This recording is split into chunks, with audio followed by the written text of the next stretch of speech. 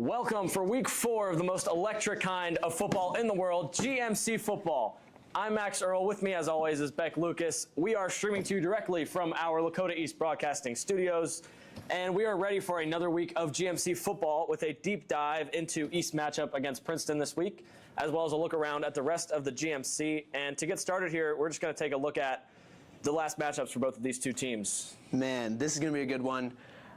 Princeton's last game played against Lakota West, and they got the win, 14-6. That is scary for East. That is really scary.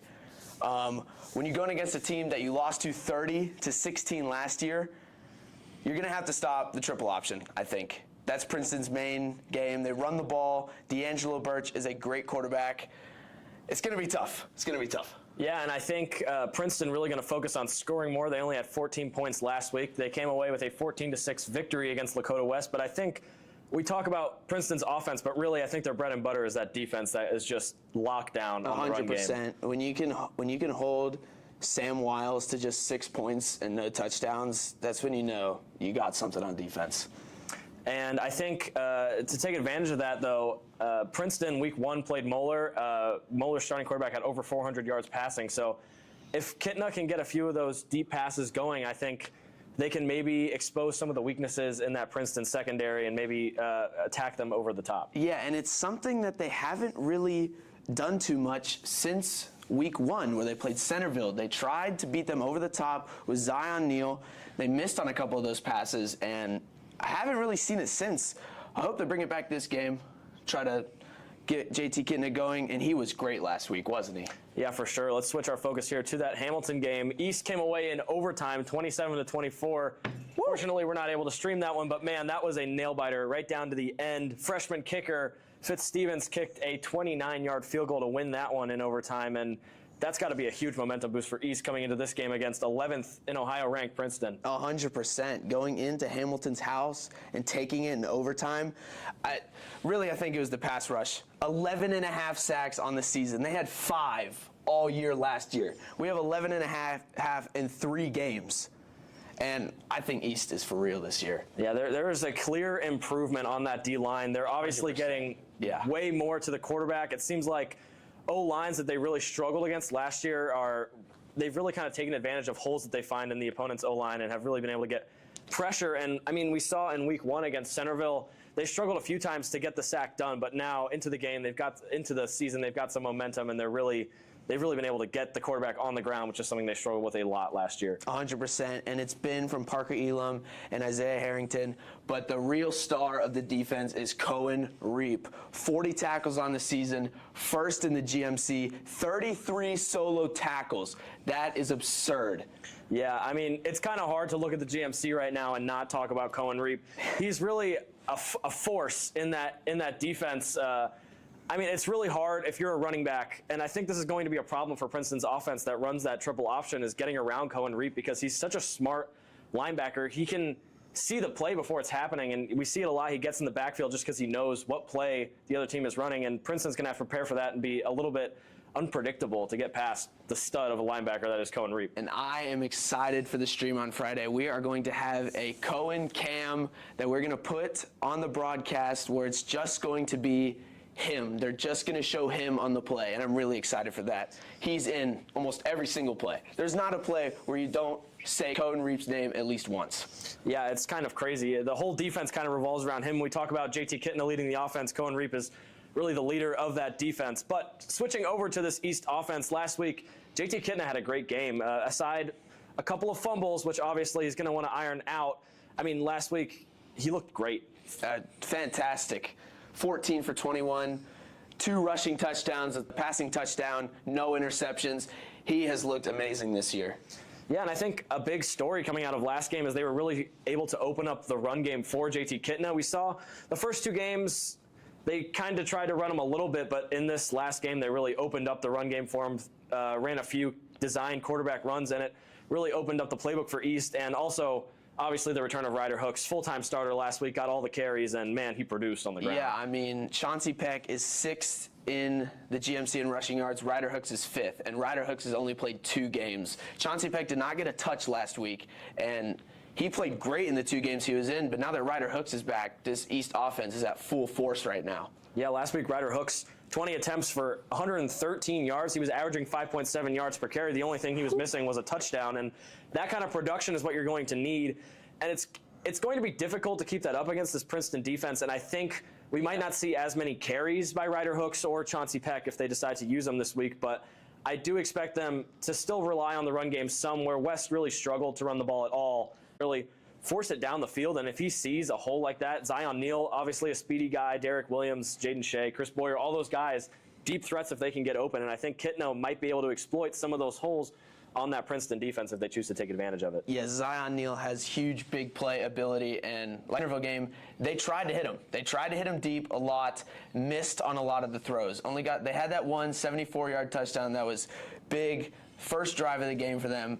They're trying to do that again, and I think they might have success with it against this Princeton defense. Yeah, and another thing I think that I need to talk about is, again, in that Mason game, we saw the East defense really struggle to get off the field, and they really ironed that out in their last game, winning the possession battle 29 minutes to 15 minutes, almost twice as much as Hamilton, and yet that was still kind of a close game. I think this game's really going to come down to East not turning the ball over, East using their possessions and really scoring touchdowns off their possessions. And they're going to have to kind of build a lead, because coming back against a defense like Princeton is very difficult. Yeah, you're going to have to control clock. You cannot go out there and immediately go 3 and out. It's what Mason did against East. When you're going against a team that just is outmatched you physically, you got to control clock. You have to keep getting first downs, keep their offense off the field, and tire their defense out. That's what you have to do. Yeah, and I think we see how that can affect our D-line, especially East D-line, able to get a lot more pressure early on in the game when they haven't been run on, and we saw that a lot against Mason, where Adesanya would just pound the ball 5-6 yards a play, and that led to that 21-play drive that we saw against Mason. They were able to stop that against Hamilton. Hamilton not as much of a run-heavy team, but Princeton, obviously, that triple option is their bread and butter, and East is going to have to slow that down. Yeah, definitely. So what are you thinking? East upset? Well, we're actually going to save our prediction for that game for the very end, because it is time for our GMC predictions of the week. Some very interesting matchups going on around the GMC, and I think we'll start by looking at Fairfield, who is playing in the Red Sea at Lakota West this week.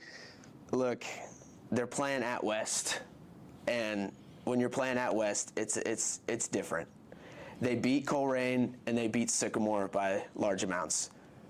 And they have all the momentum in the world.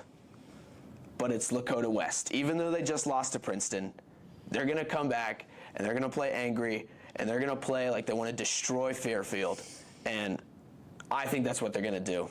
The fun stops for Fairfield is they lose 30-12 to Lakota West.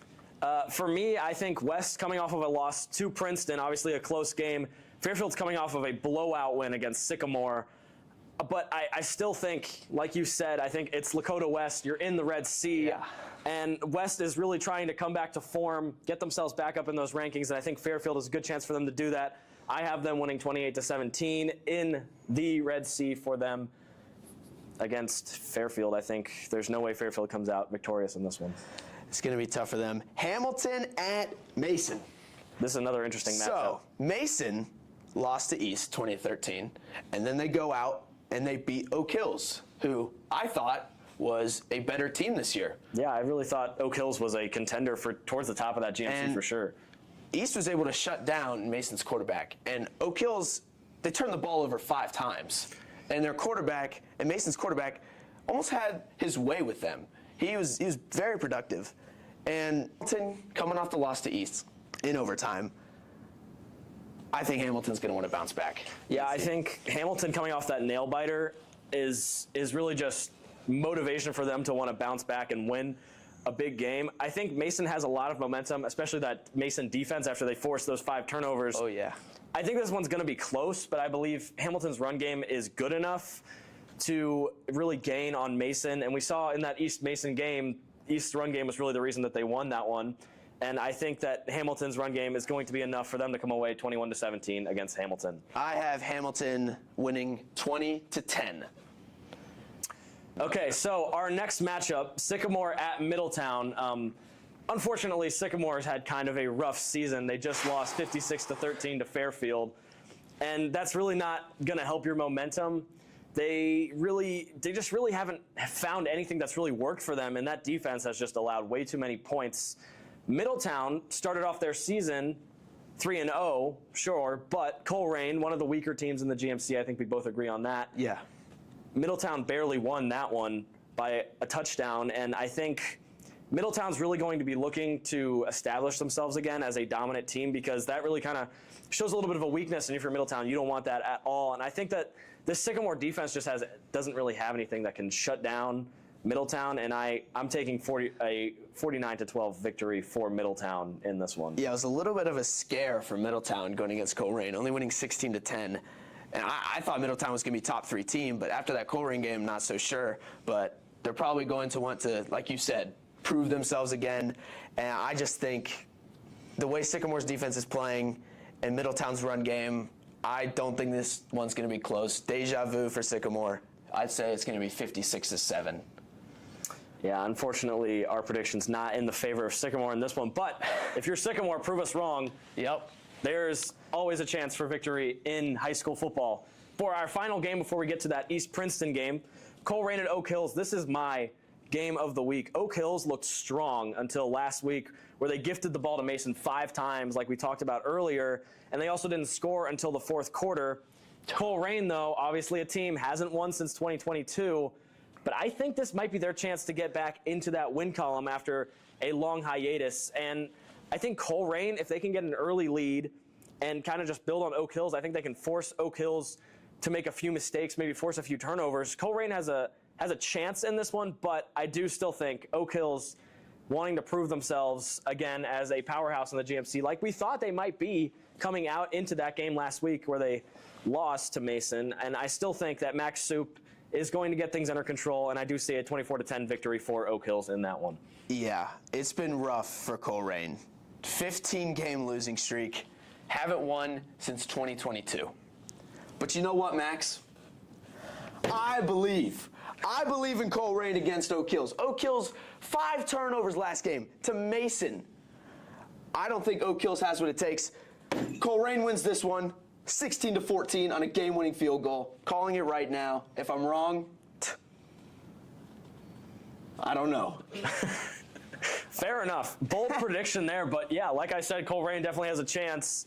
I just don't think they'll get it done against Oak Hills. I believe. So now, for us at least, the biggest matchup of the week, obviously, Lakota East and Princeton. It's time for our prediction on that game.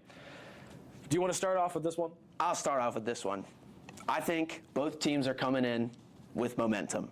Both teams want to prove themselves in this game. East more than Princeton. Princeton proved themselves. They proved that they can beat West and that they're better than West, and they're trying to say they're the best in the GMC.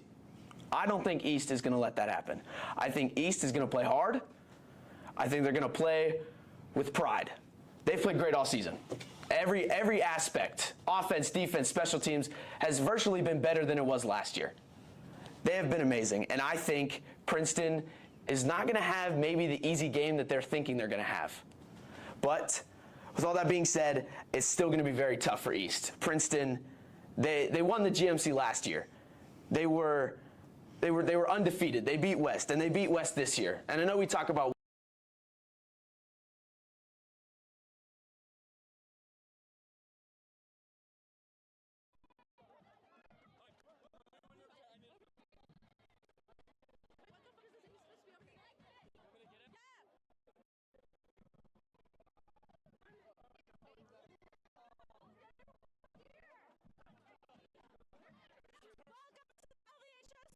My name is Ramita Prius, your on-field reporter, and today the Hawks are playing Princeton. Both teams are playing undefeated in the GMC.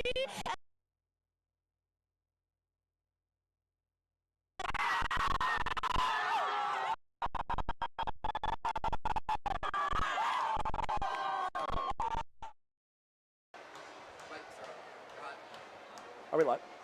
Welcome to the Hawks Nest. It's week 4 of GMC football. We've got two juggernauts in the GMC right now, the Princeton Vikings and the Lakota East Thunderhawks. I'm Max Earl, with me is Beck Lucas. And Beck, both these teams come into this game undefeated in GMC play, and they're both hoping to continue that streak tonight. 100%. I think this is going to be biggest game of the week in the GMC. Like you said, both teams undefeated, 2-0. Princeton just beating West last week by a score of 14-6. East going into Hamilton, winning in overtime on a walk-off field goal. Huge games last week from both teams, and I think that Lakota East is the last team standing in Princeton's way of going undefeated in the GMC, based on the way other teams have been playing this year. Yeah, I totally agree, and it's interesting. You look at this matchup, East has a little bit of a struggle on defense, but they've definitely improved, and Princeton really kind of struggles on offense, but Princeton's defense is really good, and that East offense is really good against the pass. So it'll be interesting to see how these two teams really match up against each other, and I think when you don't look at the rankings, on paper, these two teams are pretty evenly matched. Yeah, well, Princeton's defense is bolstered by linebackers Andre Parker, Greg Williams, Paul Nelson, Shelvin Hibbett. They are the stars of the show, the stars of Princeton's show. Their linebackers get into the backfield quick. They stuff the run. They allow the least amount of yards per game in the whole GMC. I think it's at 117.5. If you're East, it's going to be a struggle to run the ball. So you got to throw it over the top. Princeton can get burned over the top. You saw it in the Moeller game. Quarterback went over 400 yards, 4 touchdowns. I think that's going to be how East can maybe pull off the upset here. So, first kickoff of our game will fly over out of bounds, and we will take a minute here to look at this Lakota East. And the Lakota East offense will come out for the first time today. And JT Kitna obviously looking for a good game in this one. Princeton's real only struggle on defense are those two corners, and they're going to look to exploit that, probably with Zion Neal and Chris Boyer. I definitely think so, Max. Got to try to beat him over the top. Zion Neal has the speed to do it. See what they go with here. And interesting predicament we saw last week. Ryder Hooks played 100% of the snaps at running back, but we see first play, Chauncey Peck is out there. They said they wanted to get both involved again this week, and it looks like that's what they're doing. Single back formation for East. First play of the game is going to be a fake handoff. Kitna looks. He's got Chauncey on the left side, and a good 15-yard gain to start off the game. I think that's going to be Carter Jones, number 19. Yeah, you're right. A big catch, wheel route. Kitna knew where he was going with the ball, put it right on the money. First down East. Carter Jones' fourth catch on the year is a big 20-yard gain, his longest of the season. And you are right, that was Carter Jones, not Chauncey Peck. I do apologize. Ryder Hooks is now back there in that backfield. They're in their pistol formation. Kitna fakes the handoff again. He looks for McFarland on the screen. McFarland tries to make the corner miss, but ultimately he's dragged down there. A strong tackle by Javion Jackson. East, you know they love their screen passes. Tried to get it out to McFarland, who had a couple catches last week. Had the touchdown in the first game. Looking to get back in the end zone here. Couldn't go anywhere on that play. Chris Boyer subs out for this one. Seen 2 fake handoffs in a row for East, and we do think that East will try that play action. It's how Moeller beat Princeton over the top, and it's how East is looking to do it as well. In the shotgun, Carter Jones in motion.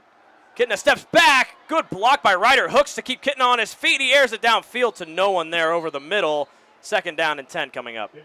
Well, pressured almost instantly there. Had to scramble out. And good job avoiding the pick. It is going to be holding on that offense there. I believe it was on Ryder Hooks, who tried to make the block on the D-end, who came in there unblocked. I believe it was Paul Nelson, the strong outside linebacker. Well, what a linebacker Paul Nelson is. 23 total tackles on the year, 9 solo. Has a sack, 2.5 tackles for losses. And that's what you're going to see all night from Princeton. Their linebackers are going to be everywhere on the field. Run plays, pass plays. You're going to hear those 4 guys all night. Second down and long now after the holding call. In the shotgun again is Kitna. Ryder Hooks alongside him.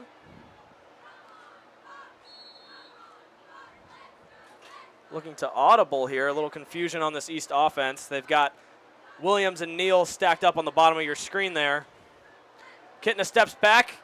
It's a screen pass to Ryder Hooks. He gets out of one. He's got a little bit of room on the left. A strong stiff arm there on Eris Rosemond by Ryder Hooks, and he gets about 8 yards back. Put Ayers Rosemont into the dirt there. And we've seen Ryder Hooks, not the biggest guy out there, but he has a strong stiff arm, and we saw it right there, just threw Princeton's corner into the ground. Yeah, like you said, not the biggest guy out there, but boy, does he play like it. And I believe there was a penalty after the play on that one. East continues moving forward. Not quite sure what. It's an automatic first down. I believe it was unnecessary roughness after Hooks was already out of bounds. Well, I think East will definitely take that. So East all the way down to the Princeton 48-yard line, and you've got to like how this East drive is starting out. We've seen no run plays yet, and that is to be expected against this Princeton strong run defense. Zion Neal in motion. Here is the first handoff to Ryder Hooks, who was just swallowed up in the middle. Actually, he lunges forward for about 4. Yeah, just stuffed on that run play. I hate to say it, but I think that's what you're going to see a lot tonight. Like I said, this Princeton defense is top tier in the GMC, maybe the best defense. And if not the best defense, at least the strongest linebacker core, like you mentioned earlier. Shelvin Hibbett, Andre Parker, Greg Williams, and Paul Nelson, all leaders in the GMC at the linebacker position. Kitna steps back. Fires one to the left side, just over Derek Williams' head. He's not able to haul that one in. 3rd down and 10 coming up. You know, it was close coverage there. Just try to get him with the corner. A little bit overthrown, no flag thrown. It's going to bring up 3rd and 10. Good work there by Andrew Wells to come down out of his deep safety coverage. Chris Boyer checks back in. Got to wonder if they get 4 or 5 yards here, maybe go for it. It's important to put up points against this Princeton defense. West only could manage to put up 2 field goals, 6 points last week. Yeah, and those are the only points that Princeton has had scored on them in the GMC all year. Obviously, playing Sycamore the week before, Sycamore's had their struggles on offense. But nonetheless, here's Kitna on 3rd down, finds Ryder Hooks in the flat, who tries to break free. He's going to be stopped about 5 yards short of the first down, and 4th and 5 from about the 42-yard line, and I wouldn't be surprised to see this East offense stay out there. Definitely not. John Kitna loves to go for it, and you see this field position often in these high school games where a little bit too close to punt, although East's punting hasn't been the farthest ever, but obviously cannot kick a field goal from here. You want to keep your offense out in the field. In the shotgun, trying to get Princeton to jump. Kitna loves his hard count. Only one receiver out there. It's Chris Boyer, who's going on a slant. Pressure comes. Kitna trying to motion his players downfield. He's got Ryder Hooks, who's able to hold on to the ball, and somehow he caught that one on the right side. He got blasted. Strong hands by Ryder Hooks. What a catch.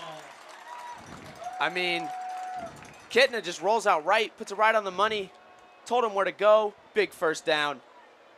Kitna doing a great job of moving his players around there. Good communication there, and Ryder Hooks was able to catch it on the sideline. East back in the pistol. 3 receivers out there. Fake handoff here. Kitna to the right side. It's Zion Neal who catches it, and a gain of about 5 to keep them ahead of the sticks. Well, you saw last week Zion Neal kind of, he didn't really go off, but he had a lot of catches. And week 1, he was incredible. But week 2, Mason had him doubled, didn't say his name a whole lot. Obviously, East wants him to get more involved, and they showed that last week. Yeah, Zion Neal is trying to get back to a over 100-yard game. He had a lot in that first game. He had a 74-yard touchdown. He's trying to repeat that. Another long touchdown from the running back that is now in there is Chauncey Peck. And it will be a handoff to him. He has a little bit of a hole. East O-line pushing forward. And I believe they have enough for a first down. Well, I think East's O-line has been spectacular this year. And showing it there, they want to get these first downs in short yardage. They don't want to throw the ball in short yardage. They want to give it to their running back, and this offensive line wants to show what they've got. I believe they're going to spot it just 1 yard short. Nope. No, it's a first down. Impressive there. Rare to get a first down on this Princeton defense. West was only able to do it 4 times last week. It's a big reason they only scored 6 points. But East is able to do it on the ground. Peck still out there. Kitna back in the pistol. This another handoff to Peck, who's trying to blast up the middle once again. And this time, there's a swarm of Princeton defenders to take him down. Nowhere to go that time. Inching closer to that end zone. Wonder if they'll take a shot here. Would expect to see it. Ryder Hook's back in the game. Ryder Hook's definitely their main receiving back. It's going to have to be a quick pass, though. This D-line is a great one, and they can get to the quarterback. Yeah, not going to be a ton of time for Kitna to stand back in that pocket. He is in the shotgun, though. Neal looks like he wanted Neal. Again, Ryder Hook's on the right side. He motioned him out, and Ryder Hooks again makes the heads-up play on the sideline, and he's been perfect on the right side. Well, we just talked about how Kitna wasn't going to get long in the pocket. He sat back there for a good 3-4 seconds, then just moved out right, hit Ryder Hooks. That's going to be a first down. If East gets a touchdown in this drive, that is huge for them. West, like we said, did not get one last week. This going to be a little bit shocking to Princeton if they pull it off. Yeah, and Princeton, a team you definitely want to tire out on defense because those linebackers have a high motor on that defensive side of the ball. They're not going to give you an easy day. Ryder Hooks motions. Kitna in the shotgun looks. Pressure coming. He evades one. Pressure still coming. Backs up and wisely just throws that one away. Well, that was Kylik Jarrett all over. Yeah. I think one of the greatest parts of JT Kitna's game is he never wants to get sacked. He will never go down easily. Always trying to move in the pocket, make plays in the pocket. But like you saw there, he does throw it away when he has nowhere to go. He's smart with the football, and he refuses to go down. They're back in the pistol. Neal and Williams out far to the left. Pass game been working so far. Hooks gets the fake handoff. Kitna tries to keep. He gets out of Hibbett's tackle, but he is wrapped up there. Logan Brown comes up and cleans up that play. Well, East is trying to get Kitna more involved in the run game. Saw it last week with the 2 rushing touchdowns. See it here with a couple read options. It's going to bring up a 3rd down. Big play here for East. It'll be interesting to see what they run here. It is a 3rd and 10, not 3rd and goal. Neal out far right, Derek Williams out far to the left. They bring in an extra tight end. Under center for Kitna, who motions Zion Neal in. Fake handoff. Kitna's got pressure coming from the blind side. He's able to get it out, and Derek Williams not able to make the catch in the far right side of the end zone, and 4th down coming up. Williams was open, just a little bit too hard of a throw. I think that will bring out kicking team. Still, solid East drive, putting points on the board. Even if it is just a field goal, that is hard to do against this Princeton defense. And with that, we will see kicker for East come out. Tyler Gruber, not the freshman Aubrey Fitzstevens that we saw win the game for him last week. This one from about 15. Kick is up, it's low, but it is good, and East will take a 3-0 lead in this one. Good snap, good hold, little bit of a line drive kick, but 3-0 East. And you know East definitely wanted to come away with a touchdown on that drive, but what they tried earlier on was definitely working, and I think they're happy with what they were able to accomplish on that first drive, just testing things out. Yeah, they were helped out with the unnecessary roughness, but what about the job from JT Kitna to extend the plays, big catches from Ryder Hooks at the running back position? That's what really helped this East team get down the field. Big first drive, putting points on the board, and East has a lead. And I have to say, this homecoming night for East, but even the parents and all of the community members, this is the most packed I've seen these East stands all season. They are getting hype right now for this kickoff. East defense going to have to stop this triple option, which is what Princeton loves to run. Yeah, well, we're going to see it here. This East defense has been strong this year. And correct me if I'm wrong, but this looks like it might be an onside kick formation. Definitely not a normal kickoff formation. East likes their trickery. Kitna likes to draw up some interesting plays, and almost like a box or a pitchfork that they're running here on this kickoff. Fitzstevens is lined up.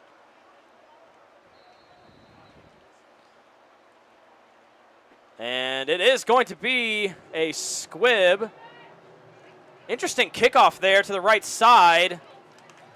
Doesn't really work. Princeton still ends up at about the 35-yard line. I believe they were trying to get everyone out to the right so they could stop him in his tracks.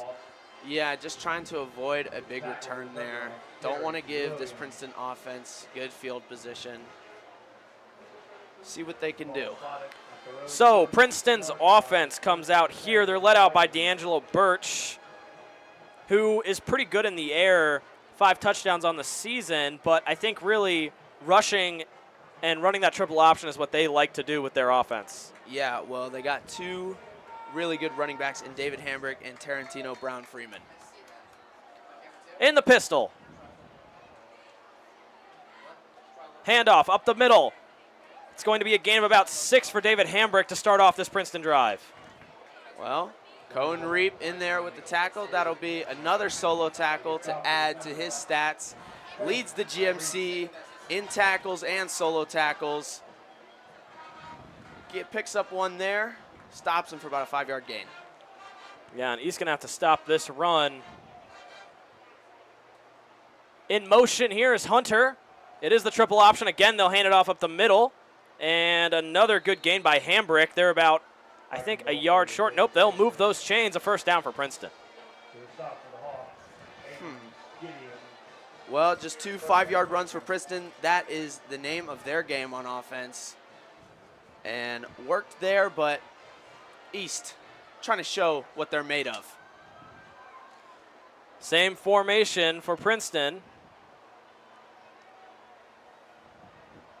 Birch motions Hunter again. It's another triple option. This time Birch will keep. He's got room, and he is taken down hard, about a yard short of the first down marker. Oh, I think he's getting helped up. Okay. Well, it's just a read option, and it's been working. They are going to give him the generous spot. It is another first down, and Princeton is moving these chains right now. Well, yeah, that's East cannot keep getting fooled by these read options and triple options. Their quarterback has running ability too. It's going to be tough for East defense tonight. It's going to be up to those linebackers on East defense. Miles Metz, obviously Cohen Reap and Carson Schroyer. They've got to play heads up. A little bit of a different formation here. Reap blitzing. Hambrick stumbles, and Cohen Reap is able to blast through to stop him in his tracks at 5 yards behind the line of scrimmage. Well, Reap was ready for that play. Saw him run up to the line of scrimmage before the ball was snapped. Nowhere to go on that run. And Cohen Reap's so good at knowing what the offense is doing before they do it. Got to be one of the smartest defenders in the entire GMC, and it's definitely the reason that he is leading in tackles. He is definitely the leader of this defense, and he's going to try to shut down Princeton tonight. Princeton goes no huddle. Looks like some confusion there by the tight end, Landon Marie. Birch lines up in the shotgun. Steps back. First passing attempt for Princeton comes. Cohen Reap coming on the pressure, and they will push him out as he just throws it away. And that's a huge incomplete pass for East. That's going to bring up 3rd and 14, and almost a must-passing situation. Got to play heads up here. Maybe they'll come out and get a stop, get this ball back to their offense. What great coverage downfield for East. I tell you, these corners have been really spectacular this year. Yeah, they really have locked down after week 1. They allowed a few passes to Centerville, but since then, the last 2 games, they've really played pretty good against the pass. Credit to Zion Jones-Anderson and Enzo Chetnia on the other side. Spread formation. You've got Brown, Freeman, and Hambrick in the backfield lining up next to Birch. Birch will take it and steps back, looking for Marie down the middle. He ends up giving it to Hunter, who gets about 12 yards. They're about 3 yards short of a first down. Good play there by Birch to find the open man. Well, it was important on that play from East to make sure Landon Marie does not get the ball. Leads all tight ends in receiving yards. He has been the guy for this Princeton offense, and I'm not surprised to see Princeton still out on the field. The way they run the ball, 4th down and 4. Big play for East coming up. We see a stacked box on that D line. It's a fake handoff, trying to find somebody. Reap able to break it up. Good coverage over the middle. Princeton wanted a flag. They won't get it.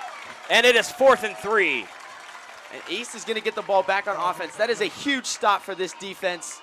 If East can go down the field and put more points on the board, they'll have all the momentum right now. Was that? And I believe that might have been a turnover on downs. That was 4th down. Yeah. What did I say? It's first down, Thunderhawks. So Thunderhawks offense comes out here for their second drive. They had some things work, but they stalled out inside the red zone. Jones and Hooks are in the backfield alongside Kitna. Seen a lot of passing from Kitna early. This time a handoff up the middle to Jones, who's able to get about 4. And we haven't seen Jones too much this season, but they've used him a good amount on these first 2 drives. Yeah, he's been getting some touches in this game. Had a big catch in that first drive. Gets a run here. Picks up about 3. East comes out of the huddle. See Jaden Shea for the first time out there. Chris Boyer on the other side with Zion Neal. Shotgun for Kitna. Motions McFarland. Fakes the handoff there to Hooks. Pressure coming immediately. Stepping up there is Kitna. He's got some room. Good block by Ryder Hooks, and he gets about 15 on a good scramble up the middle. Well, nowhere to go with the football on that play. Kitna showing his legs. Good pass coverage from the offensive line there. Able to give him time, give him a lane to run through. And I think flashes of what you see from players like Josh Allen, who gets some pressure there in the backfield, and he's able just to run up the middle, use that size, and then credit to Ryder Hooks, a great block to get him just a few more yards on that scramble. They're in the pistol here. First down and 10. Kitna handing it off to Ryder Hooks. He's got guys on him immediately, but he drags them for about 4 yards. A strong run by Ryder Hooks. Well, Hooks will almost never get stopped in the backfield. He is a runner that just refuses to go down, obviously shown there. They got him about, he only got 1 yard before he got a guy on his back, but carried him for another 3 yards. East is driving right now, 2nd and 6. Single back formation this time. They've got an extra tight end out on the field. In motion is Neal. Fakes the handoff. It's going to be a screen to Neal, who tries to find some room, but he is stuffed immediately. Still on his feet, though, and bounces around. Ultimately, no gain on the right side. Well, East trying to get those screen passes working. Haven't really seen them work in huge succession since week 1 against Centerville. Obviously, they love going to them. They'll keep going to them. Hopefully, one of these times, one of them breaks out for a huge play. And surprising, too, we haven't seen East really push the ball too far downfield. As Kitna steps back, firing one over the middle there. McFarland will get his first catch, and it's a first down. Great throw and catch there by East. A great catch from the tight end, P.J. McFarland. He had a touchdown, like I said, in the first game. Got a couple catches last week, 2 catches already today. He's looking to become a bigger part in this East offense. Hooks alongside Kitna. He'll hand it off up the middle, and Hooks gets a gain of about 3. Trying to hurry it up on offense there. East didn't work out too well for them as they continue the hurry up, though. Well, East doing a great job of just getting down the field. They're not trying to do too much on offense. Looking like a jump there. And yeah, East did get Princeton to jump there. Smart play, and I think East's main game plan right now is just catching Princeton on their heels, and it's working so far. Well, obviously they're trying to tire this defense out. They're doing a great job of that. Not being afraid to run the ball is huge. Obviously, Princeton's so good against the run. But East been getting 3 yards a carry, and that's going to be good against this Princeton defense, who allows almost no yards a carry. Like I said, only 117 yards per game. They're almost close to that mark in the first quarter. So Princeton will take a timeout here. We'll step away for just one.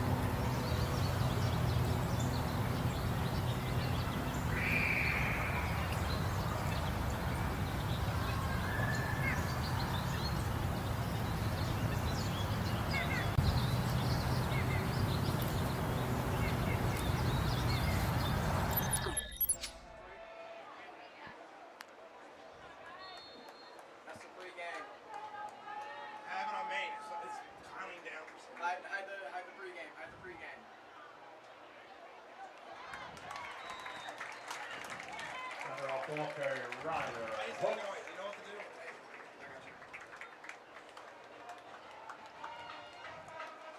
Welcome back. Missed that first play coming out of the timeout. It was a first down run by Ryder Hooks up the middle. Kitna in the shotgun. Bunch formation on the left side there. Hand off there to Ryder Hooks. And again, a good game by Ryder Hooks. He's only about 2 short of the first down. Well, I've been impressed with this East run game to start this one.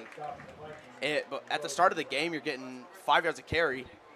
That's huge against this Princeton defense. Again in the shotgun. Ryder Hooks really stepped up in the second quarter. The first 2 runs were both way ahead of the sticks as that pitch out to the left is going to be another first down for East. And right now, everything is clicking on that offense. Nothing is really going wrong. And they're running hurry up, trying to catch this Princeton defense off guard.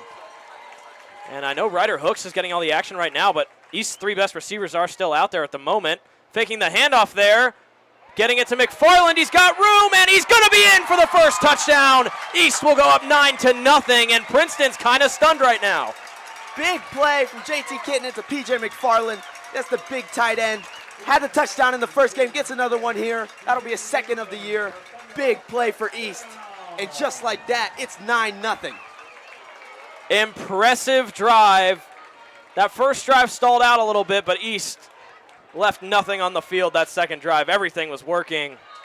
Fitzstevens out there for the extra point. Fitzstevens won the game for East last week in overtime. And great play there by East. Those string of run plays caught Princeton off guard, and the play action was just perfectly drawn up. P.J. McFarland had an open lane to the end zone. Yeah, not sure. A little bit of stoppage from the referee. I believe helmet problems there for the holder as Kitna will come out to hold the kick.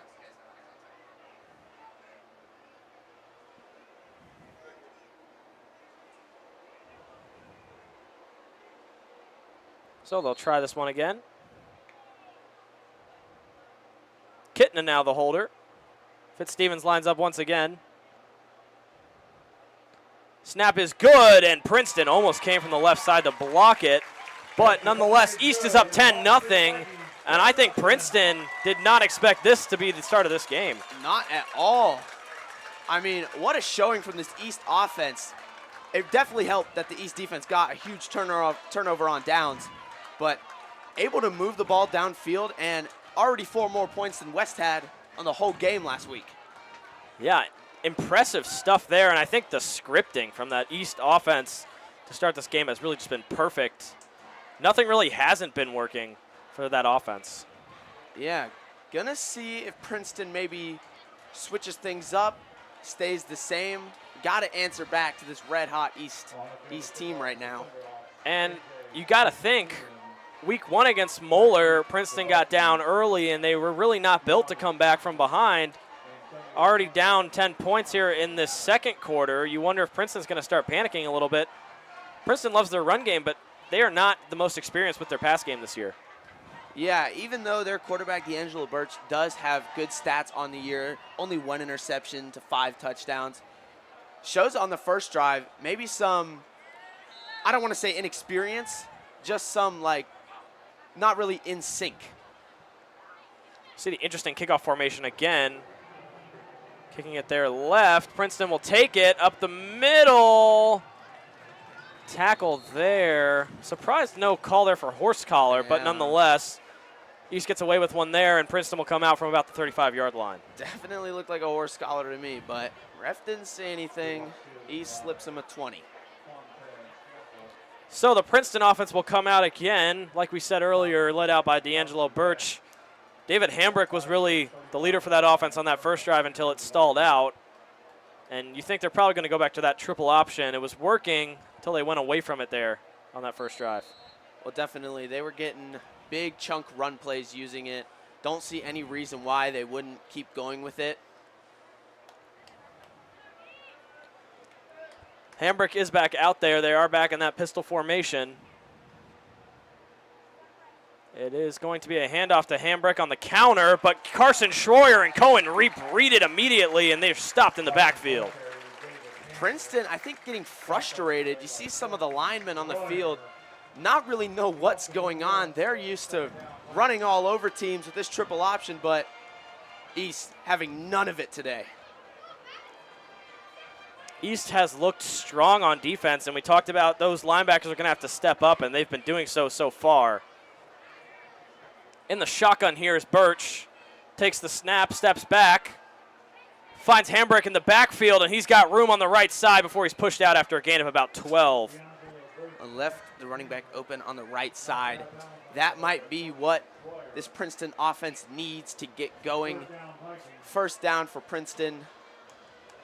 East has to keep hounding them on defense. They've started off strong. They're up 10-0.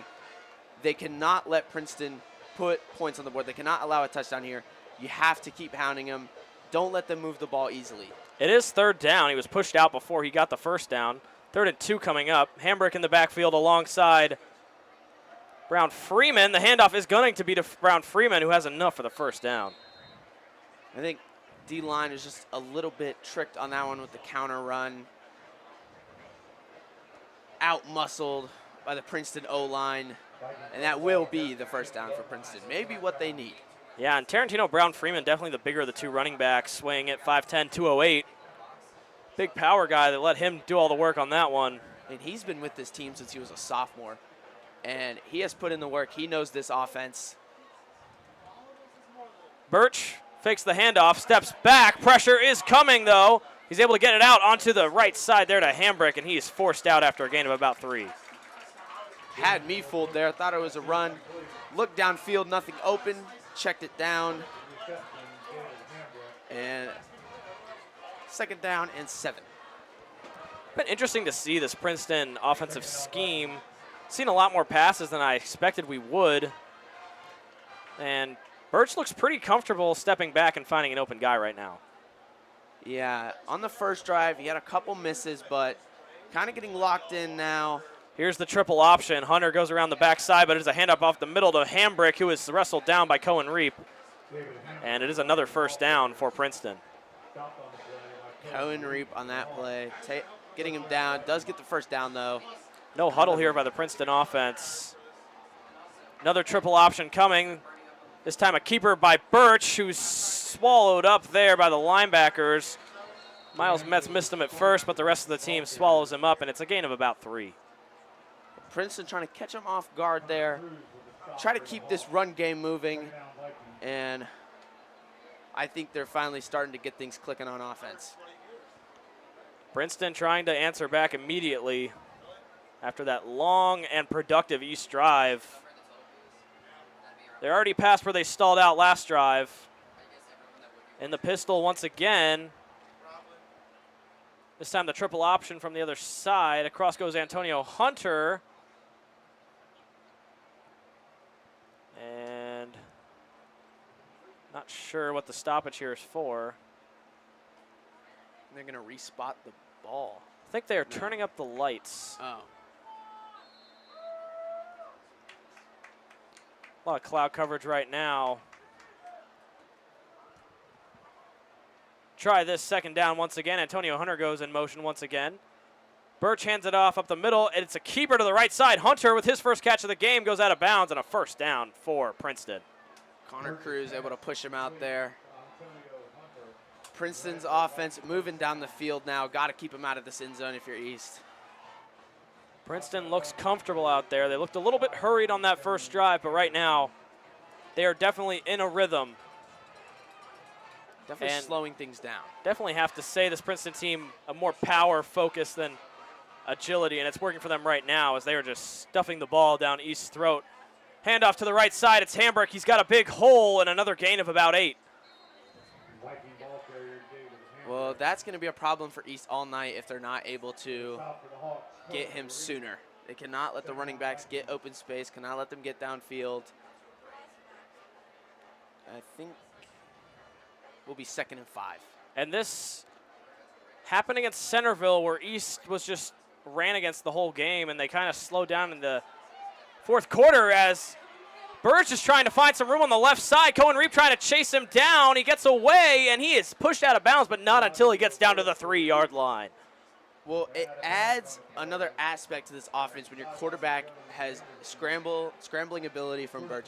He turned what almost seemed like a sure throwaway into about a 10-yard run, and now it's going to be 1st and goal from the 9.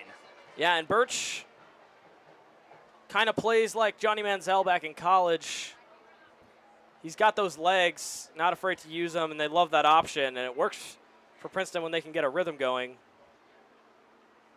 Jordan Fitzpatrick, the running back out there for Princeton at the moment.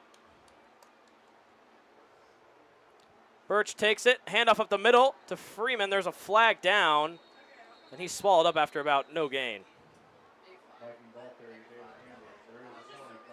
Princeton's still trying to get their first score of the game. I think it's going to be a false start on Princeton.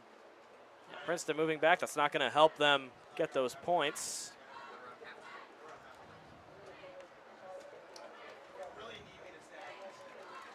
But this is where Princeton scored all of their points last week against West, where they only put up 14. It was down here in the red zone. Didn't have too many big plays. When you're going against West, you're not going to have too many big plays. Had a rushing touchdown and a passing touchdown. See what they go with here. They can do either. New personnel coming in for Princeton. Fitzpatrick's still out there. We see Landon Marie out there as well. Birch fakes the handoff, finds Marie to the right side, got a little bit of room, but Cohen Reap with a strong tackle there will stop his run before it gets anywhere too far. It's a good job by Connor Cruz, able to push his blocker back, made the runner cut inside, and Cohen Reap not letting him go anywhere on that one. Good pursuit there by East. Marie dangerous, leads tight ends in touchdowns on the season. And I believe that was actually Miles Metz who forced this guy inside. And Cohen Reap just got the all-time record, 4 tackles in Thunderhawk history. Triple option coming from Princeton. Handoff up the middle there. Hambrick's got room. Stopped short, I believe. The refs will discuss. Things will be marked 2-yard line. And this is where Princeton has a lot of success. Right on the goal line, they have a lot of strength out there on offense. Definitely expect a run here. East has to try and outmuscle him and force the 4th down. It's 3rd down.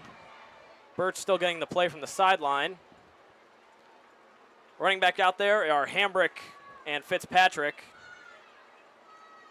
Everyone else out there is no lineman. Handoff to Hambrick on the right side, and he is stuffed there. What a tackle in the middle by Cole Miranda. The small safety has a big tackle there and stuffed Hambrick in his tracks. What a tackle from Cole Miranda there. Not looking small on that play. Nice job to hold him. Going to bring up 4th down. See what they go with here. Cannot afford to do another turnover on downs if you're Princeton. 4th and 2. And we are going to have a stoppage. Timeout called by Princeton, and we will step away for just 1 second.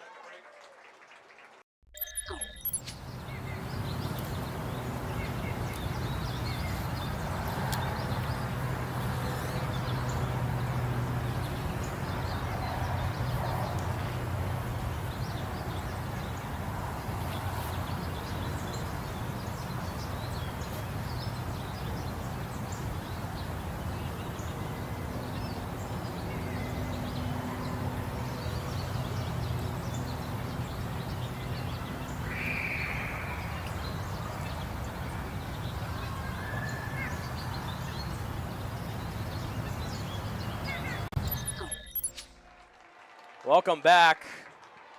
Princeton's knocking on the door. 4th and goal. They called a timeout to discuss what they'll do here. And East has a 10-0 lead right now, and they've had 2 good stops at the goal line, and they're trying to get a 3rd right here to end this Princeton drive. Well, I think this is a pivotal moment in this game. Big 4th down coming up on the goal line. 5.5 minutes left here in this first half. And looks like Hambrick is going to be subbed out on this play. This East crowd is getting loud right now. Fitzpatrick, the backfield. Handoff up the middle.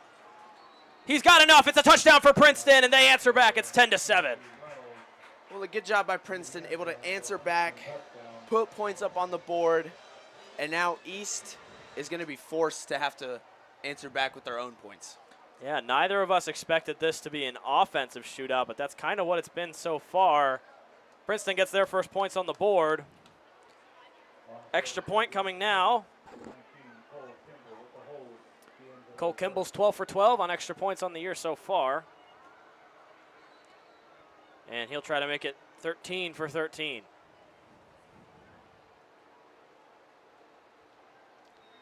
Kick is up. And it is good. 10-7 the score here.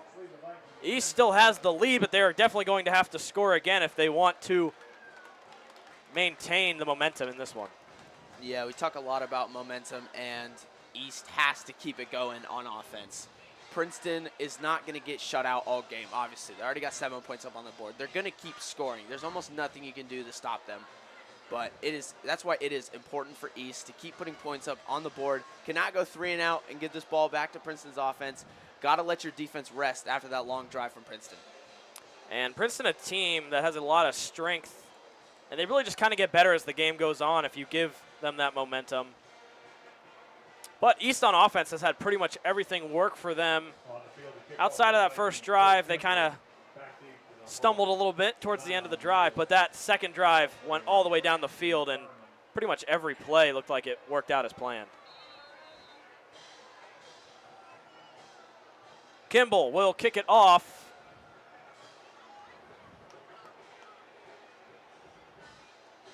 And he'll boot it away. This is a high kick. Returnable. Zion Neal will take it. Trying to find a hole. Zion Neal gets through the first wave of tacklers, but he is stuffed at about the 25-yard line. Zion Neal is such a dynamic return man. I know that special teams get scared every time they see him touch the ball on the kickoffs. Able to get to about the 25 there. And as we're talking about, Neal hasn't really seen too much action in this one so far. Really those leading receivers, and I mean really the leading receiver is P.J. McFarland right now, the tight end. Yeah, well, we kind of expected them to go over the top against this Princeton defense, who their weakest spot is their corners in secondary. Haven't done that here, though. Almost a little bit surprised. I mean, their offense has been working, though, so can't really complain. Yeah, and surprisingly, the run game been effective for them as Ryder Hooks will take it on the left side. He's got room, and he is stopped. There's a flag that comes down at the end of the play. Oh, this would be devastating if it was holding. Backed up another 10 yards if it is. Awaiting the call. And it will be holding on that East offense, so they'll be pushed back to the 15-yard line. Not what you want to see at all. Had a solid run, but now they're backed up even farther. Going to be about at the 15 now. And Ryder Hooks had a hole on that left side, closed up, but ultimately won't matter. And this is exactly what East doesn't want to do. Penalties, those games where they have a lot of penalties, they really kind of shoot themselves in the foot, and it ends up being hard for them to execute on offense. Carter Jones, the running back. Kitna steps back.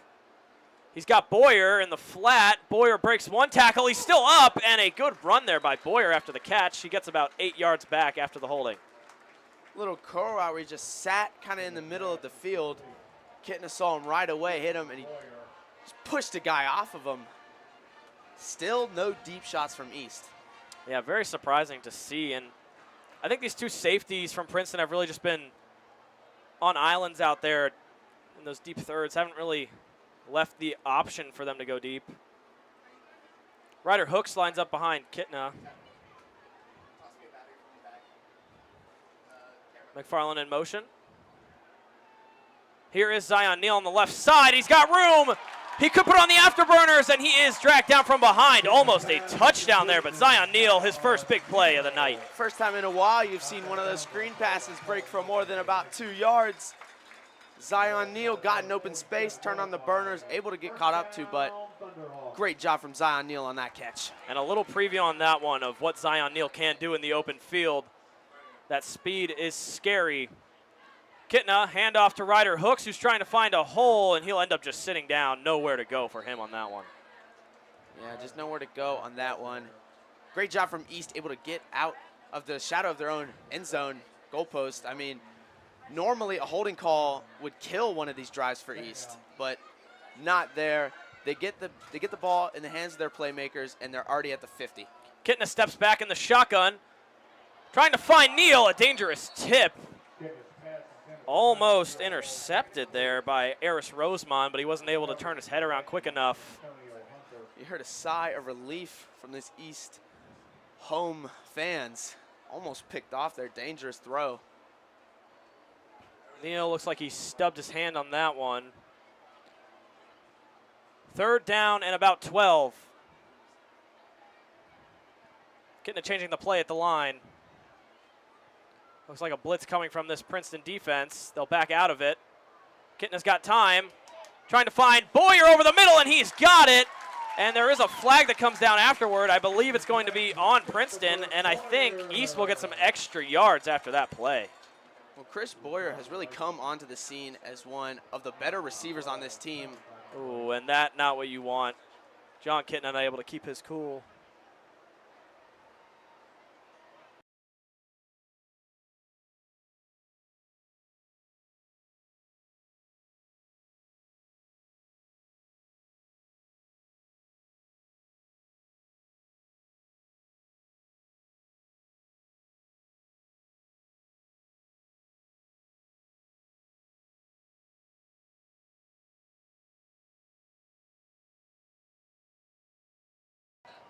Okay.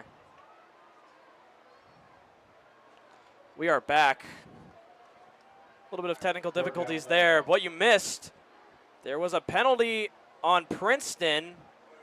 John Kitna lost his cool on the sideline, though, and it'll be a penalty on East. And now it is going to be 3rd and long. They'll replay the down after what was a great play by Chris Boyer over the middle. Yeah, well, that was a huge catch and a huge first down for East, and it's just going to get backed up, and now it's 3rd and 16. They had the first. It's unfortunate. So Kitna going to have to make something happen. Ryder Hooks in the backfield alongside him. Zion Neal still not out there. Kitna steps back, pressure coming. He had time. Princeton's defense isn't able to get him down. Airs one out downfield, and McFarland's got it on the left side. What a catch! Kitna just did the impossible. He had 3 guys chasing him from the Princeton D line, and he was able to get away. I mean, that is unbelievable. What a play. JT Kitna able to move out. Saul McFarland, what a catch from PJ McFarland. He is the guy at tight end this year, and he's only a junior. Kitna using his legs on that one.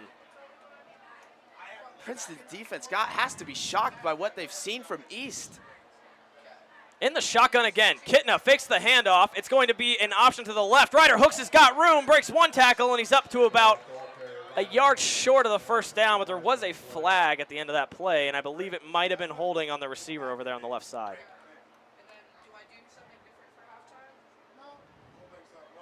I think it's going to be holding on the offense. And East going to be pushed back a little bit. Unfortunate there. That was a great play. East been able to get out of a couple penalties on this drive, though. They are making it harder for themselves, though. Well, yeah, something they have not done this year or at all last year was they would get backed up from penalties, and it would kill their drive. They had a huge 3rd down and 11 catch from Chris Boyer that got called back even more, and then they had the huge play from McFarland. They're getting it done on this 3rd down against this stout Princeton defense who is looking a little shell-shocked right now.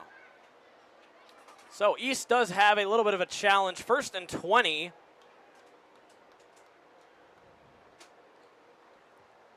They come out in what looks like their pistol formation. Ryder Hooks has had a few good plays on this drive called back, but when he has run the ball, he's found holes. Zion Neal, the lead blocker. Ryder Hooks trying to find some room, and he is just swallowed up in the middle. That was good play there by that Princeton defensive line. Yeah, Ryder Hooks, nowhere to run the football. Line couldn't give him a lane. They're going to need another big play from JT Kitna to try and make this 2nd down a short 3rd down. So with that, no gain on that one. 2nd and 20. Zion Neal is back out there. Good news for East. He went out after it appeared that he stubbed his finger there on a tip pass.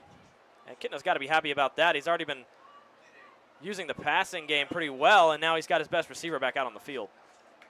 Yeah, and they're exposing Princeton's secondary right now. They know what's going to work against them, and they're using it to their advantage. Kitna steps back, empty backfield, pressure coming. He's able to get it out, and there is Derek Williams, who is not able to get the feet down. He's out of bounds. Able to haul it in. Could not get the feet down. And it's going to bring up a 3rd and 18. Going to need another magic play from JT.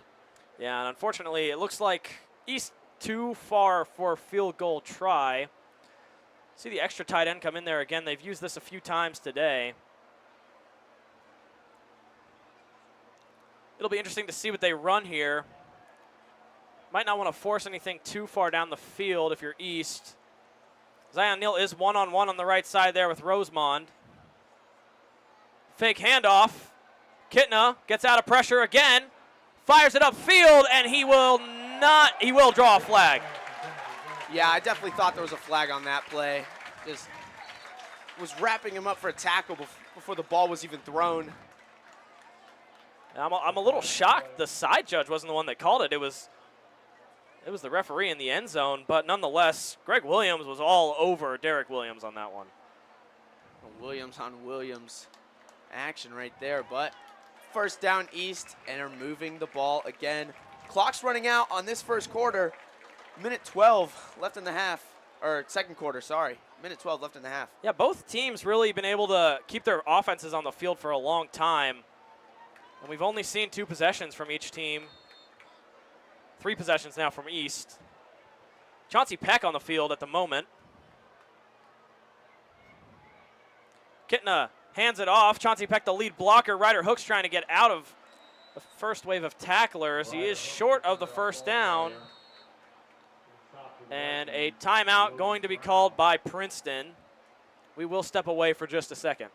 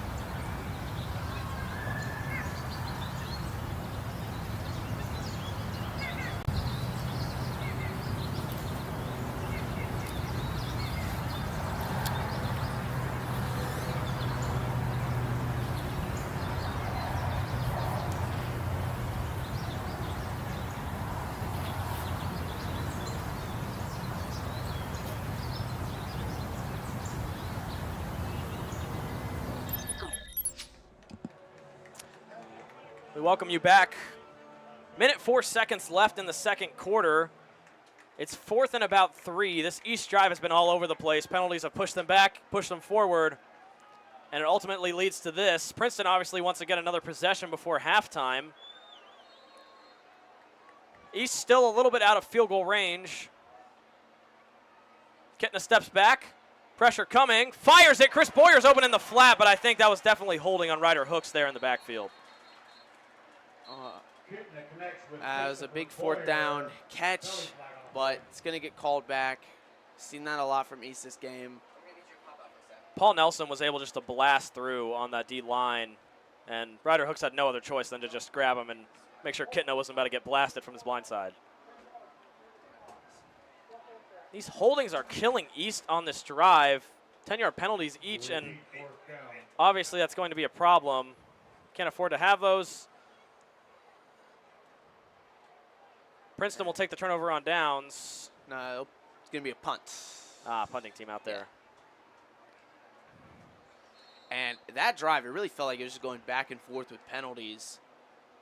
Few great plays from JT Kitna, but penalties were the main killer of that one.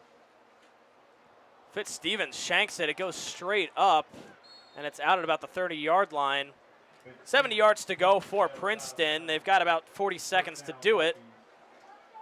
Well, not a good punt there. Obviously, you wanted them to be backed up farther than that.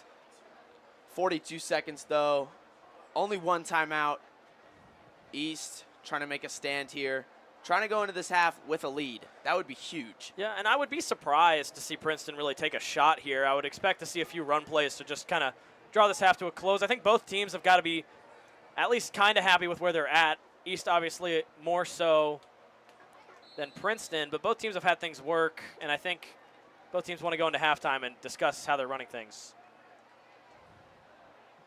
Hambrick in the backfield alongside Birch. Birch does step back. It will be a pass to Hunter, who is wrestled down by Alexander Smith before he gets anywhere. Well, you're either going to have to burn a timeout or hurry up here. They will hurry up. 2nd and 6. Clock ticking below 20 seconds. Birch steps back. And before the play got off, a timeout was called by East. And, you know, I think just take a minute here to talk about this East defense has played a lot better against this Princeton running game than I expected they would in this one. Yeah, well, not a lot of people thought East would even have a chance in this game after what you saw from Princeton last week, but showing that East might be one of the top contenders in the GMC in this game. Definitely outmatching Princeton in the first half in this one. I think East has played better. Yeah, for sure. And I think East has had more of those big plays that really build momentum for your side. That Princeton defense has had some holes that we didn't really expect to see, especially in that run game. They've allowed Ryder Hooks to get in the open field a couple times. Yeah, they have. And what Princeton is great at is getting tackles for losses on those run plays and stopping the run. And when East has been running the ball as well as they have been, Princeton's going to have to change something in that halftime, or else East is going to have a real shot to take this one. So 21 seconds left in the second quarter. Birch steps back. Pressure coming. And East is able to wrap him up from behind. Good sack there by that East D-line. They all kind of came together and pounced on Birch in the backfield. I think that'll definitely take us to halftime after that huge sack from this East defense. So the clock will tick to 0. Score 10-7 as we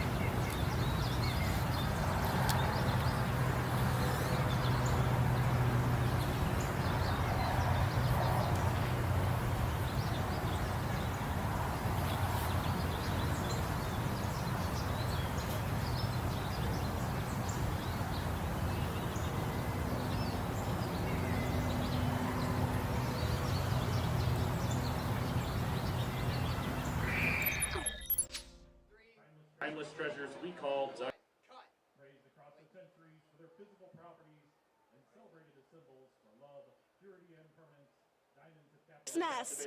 Today we're feeling electric and ecstatic as we're leading 10-7 against Princeton. The coaches are executing a perfect script against Princeton's offense, and we are feeling great. Based on how we're playing so far, we're optimistic. Also, Cohen Reap has made a new record for tackles in the last quarter. Keep tuning in to see how we play. Precious Things by Tori Emmons. Palladio by Carl Jenkins. Symphony number 3, movement 4 by Philip Glass. The second movement, Love.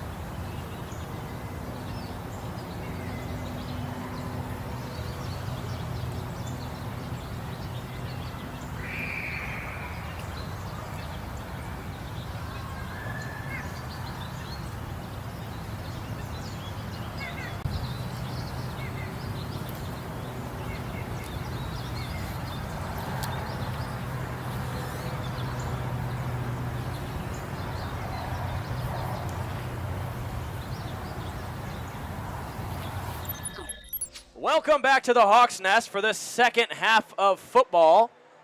And this has been an interesting game to say the least. Beck, you said it earlier, this would be the game of the week, and it certainly has been so far. Only 3 points separate these two teams, and both have been looking like juggernauts to win the GMC this year. Well, it's been a fun one. East with a 3-point lead. JT Kitna had a great first half, 14 for 19, 136 yards through the air, and a touchdown to PJ McFarland. And East defense has been able to stop this Princeton offense, and East cannot come out flat in this second half. Has to avoid, because Princeton does get the ball, you have to avoid them going right down the field and scoring a touchdown and taking the lead back and then having to work from behind. And that all starts with who has been really the star for this East defense, have been those 3 linebackers. Carson Schroyer, Cohen Reap, and Miles Metz have all stepped up in this one, and they've really just read plays before they've even developed. It was a big reason why Princeton failed to score in that first quarter. Yeah, it's been a defensive game on East side and on Princeton side. Princeton's quarterback could not really get moving through the air. He's only 7 for 9 with 40 yards. Had some big runs down in the goal line. He had a big one, but if East can keep stopping this Princeton run game, which they kind of struggled with a little bit in the second quarter, but if they can get back to how they looked in that first quarter, keeping them to just 2 yards a carry. Cohen Reap obviously playing so good this game. Cole Miranda had a big tackle in the goal line. They just have to stop Princeton from moving the ball downfield, and hopefully East can put some more points up on this board. Yeah, and I think this Princeton team, if East can extend this lead anymore, Princeton not really a team built for playing from behind. They love their run game. Not too many receivers out there to really move the ball down the field in big chunks besides obviously Landon Marie, their star tight end. So they really do want to pounce on this opportunity, score here, at least tie it with East, and keep this game close. Yeah, Landon Marie is the star on their offense that isn't the run game. He's their receiver that they go to. Before this game, he had 14 catches for 225 yards on the year with 4 touchdowns, and that was almost all of D'Angelo Birch's passing stats. This game, in this first half, he has 1 catch for 5 yards. What a job from this East defense to shut him down. Yeah, and it seems like East game prep was just better than Princeton's coming into this one. East scripting on offense has been great, but penalties. Again, penalties have killed East. They have only 35 yards in penalties, but those have all been huge penalties. A lot of them holdings that have brought back big 20, 30-yard gains. Yeah, and if I'm Chris Boyer, I'm going to be really upset. 2 big catches that he had for first downs that got called back. He would be on this list right now, but he is not. I believe he only has recorded 1 catch, had 2 other ones that got called back. So East will kick it off. We've seen this formation already. This time it's going to be an onside kick, though, trying to catch them off guard. And East is able to jump on it. What a play to come out of halftime. You mentioned not coming out flat. How about that? Cole Miranda, what a job to get that East ball. And that's huge for momentum. Obviously did not come out flat there. Got to be fired up if you're this East offense. A beautifully executed trick play. The freshman kicker does it again. He won the game in overtime last week, and right there we see him perfectly place it. Cole Miranda is able to jump on the ball. And man, East coming out firing in the second half already. Coleraine did not look ready for that one at all. They were definitely expecting the high squib kick. That doesn't really make sense, squib and high together, but definitely expecting the high kick to that side of the field, but Fitzstevens put it right on the ground. Cole Miranda jumped on it, and now East has great field position. Got to go down, score a touchdown, make this lead even bigger. What a way to pump momentum into this East team. And I believe the refs came in to discuss it, and they changed their mind. Not going to give East the ball. Not sure what their reasoning is for it. But Princeton will start out with the ball. And we saw this last year. East had a successful onside kick, and it also was called back. I'm not really sure what happened there. Apologize for the technical difficulties while you were gone. Princeton was swarmed in the backfield. They have to pass here on 3rd and long. Trying to find Hunter. He's unable to get it. Big stop there. Connor Cruz came up to force the incompletion. That's a huge stop for East. Going to get this ball right back to their offense. Some cords back here got, I think, unplugged. We're back now. Big stop for this East defense. 4th and long for the Vikings. Might see the first punt for the Vikings in this one. Carter Jones back to field it. And, man, what a play by this East defense. 3 plays. You obviously missed one there because of technical difficulties, but all 3 were great, not allowing Princeton to get anywhere. Well, he's definitely not coming out flat. Love to see that. Here comes the punt. It's a good one. High and back there. Carter Jones calls for the fair catch, and there's the flag for fair catch interference. Big mistake there by Princeton, just not playing heads-up football. Couldn't slow down on that one and runs into him. I think he barely chipped him, but that's going to be enough.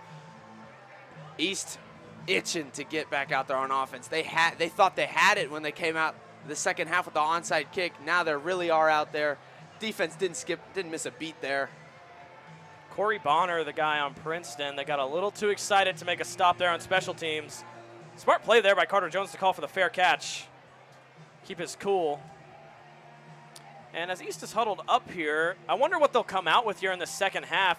We saw them run a multitude of things in that first half. They were running the ball surprisingly well, but pretty much all their big run plays were called back for holding. Yeah, a little bit of everything we saw in that first half from East. And Kitna visibly upset. I'm not sure. And it looks like East is being pushed back here. I was for sure. Well, all these penalties in this game have really been confusing ones. I can't tell you for sure. I'm not sure what the penalty could have possibly been on for East there. It was pretty clear fair catch interference. And no telling what it was at all. John Kitna's hot on that sideline. He already had a penalty on him. Definitely wanting to keep his cool. But nonetheless, East has dug themselves out of this field position before. Kitna steps back, trying to find someone. Pump fakes, he's still up. Airs one out to the right side, and Zion Neal's not able to get on it. And there is a flag there on the play. I believe this one finally will go East's way. Well, I thought Kitna was for sure down on that one, but refuses to go down. Looks Zion Neal up the field, slings it. I think that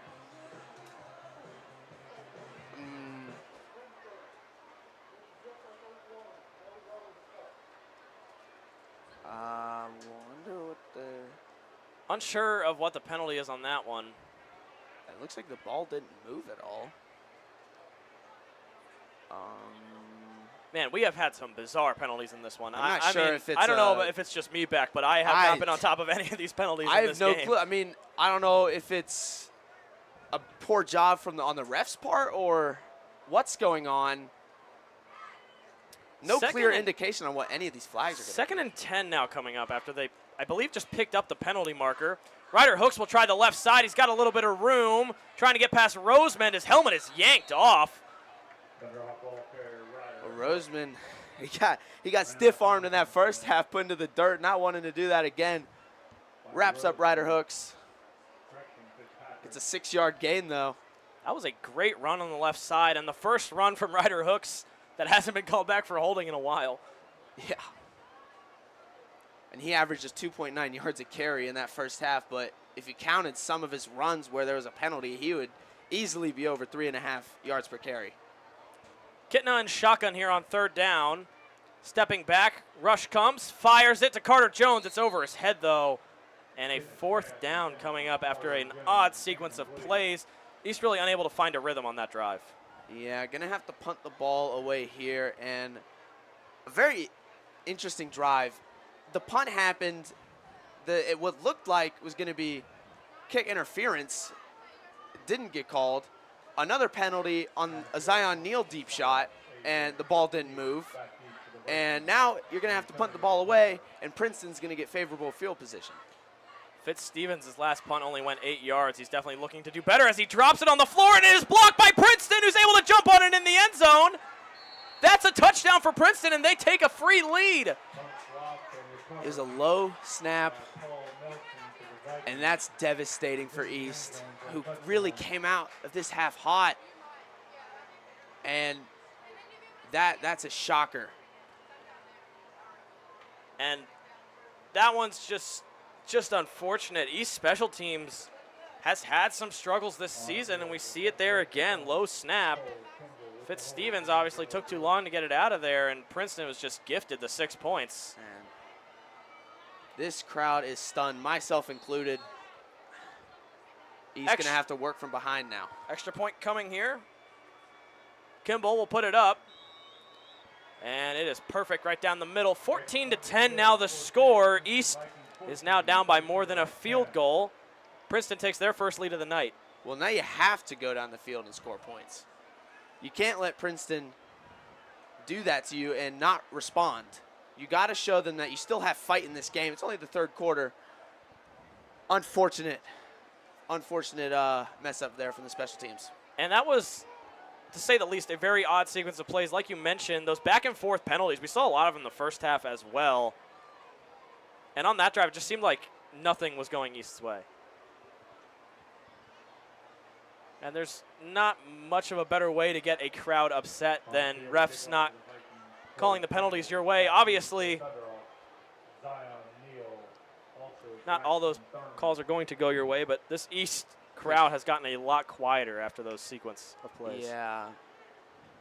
Definitely going to have to respond and get this crowd back into it.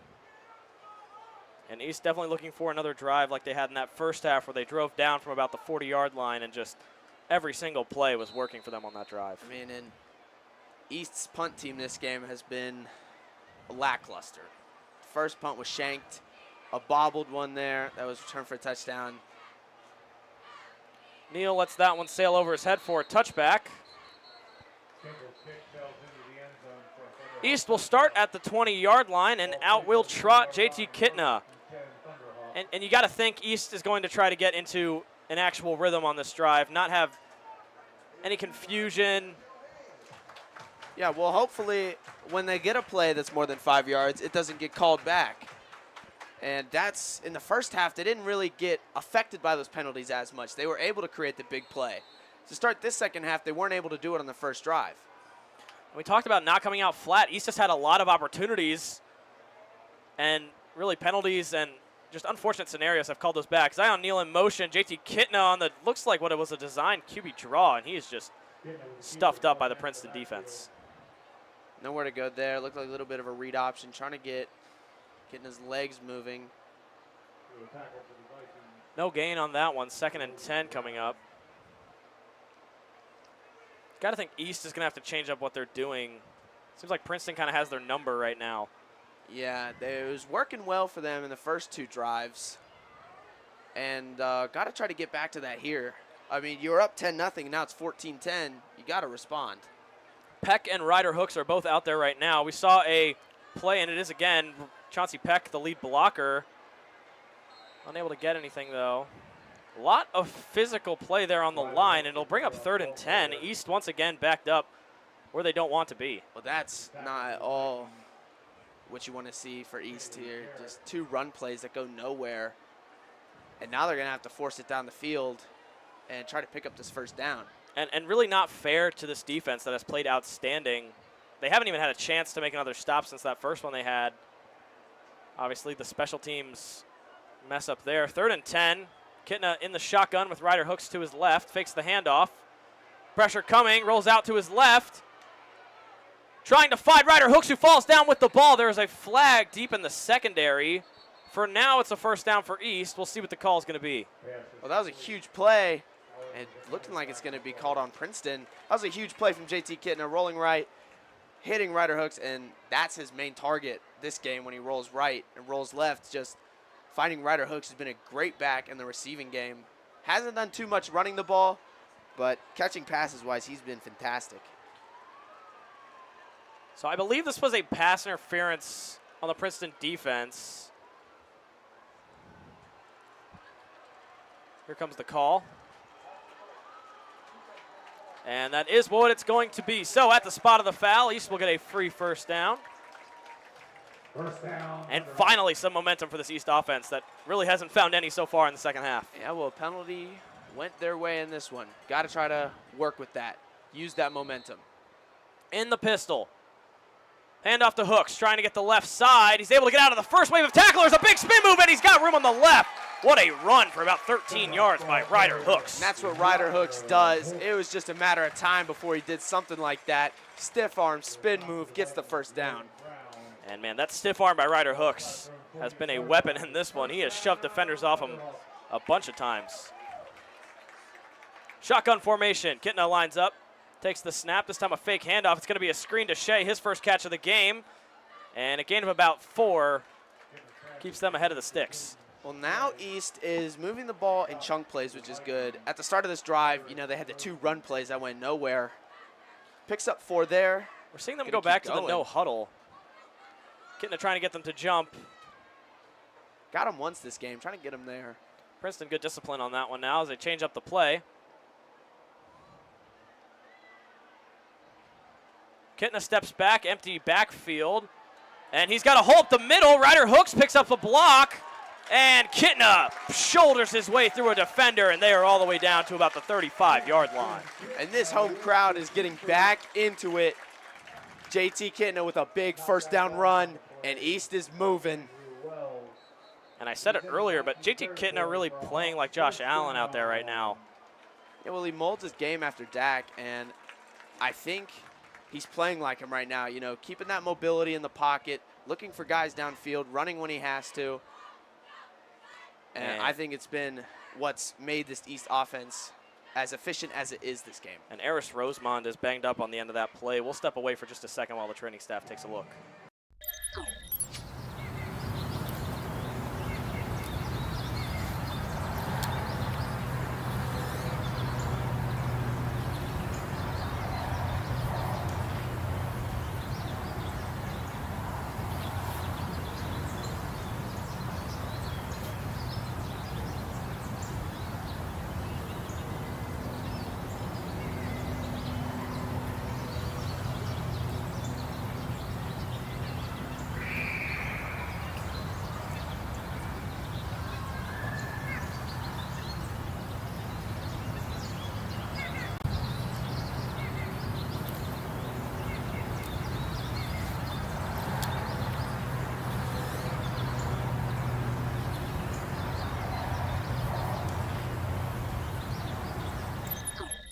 Welcome back.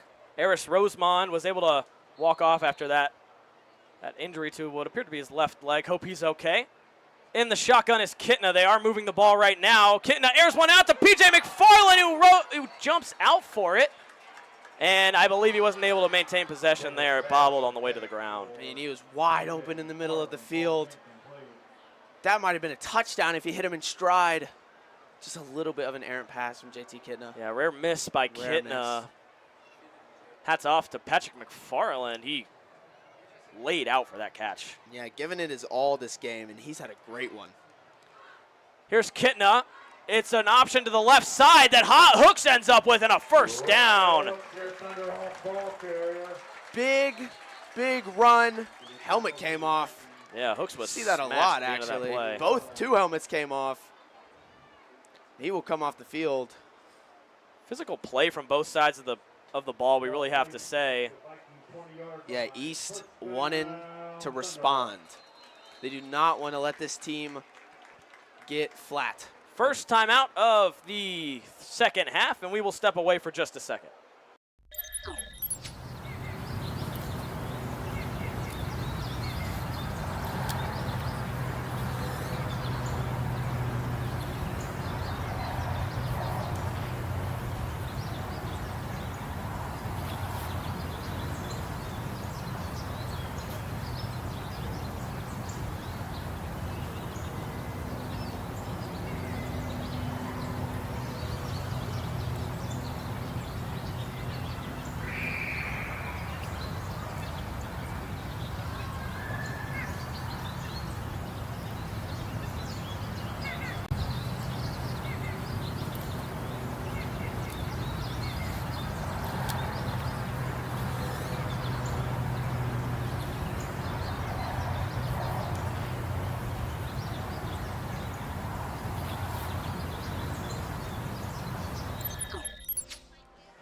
We welcome you back once again. East is knocking on the door of Princeton's end zone. They are in a I believe, about in the red zone right now at the 20-yard line. It's 1st and 10. Big play there by Ryder Hooks. Lost the helmet at the end of that play. Chauncey Peck's in at running back. Here we go. Kitna in the shotgun. Zion Neal comes across the field. Kitna steps back. Trying to find Neal in the end zone. And that one's too far. Just too far on the throw there. A good look, though. I'd like to see East taking a shot. Zion Neal, Yeah. not been too big of a factor in this one. He's had a couple big plays.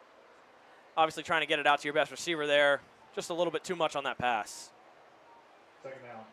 And good news for Princeton. Rosemond is back out there at corner. He went out with a leg injury. Here's Ryder Hooks. Gets off the first tackle and another. Man, Ryder Hooks is hard to bring down. A lot of work, though, for only about 1 yard gain. Like I said, you will almost never see Ryder Hooks get tackled for a loss or stopped by the first guy. He will always break that first tackle. Fights off 2 defenders just to get 0 yards. A lot of effort there. East definitely does not want this drive to fizzle out here. 3rd and 10 coming up. This is a big, big play for this East offense.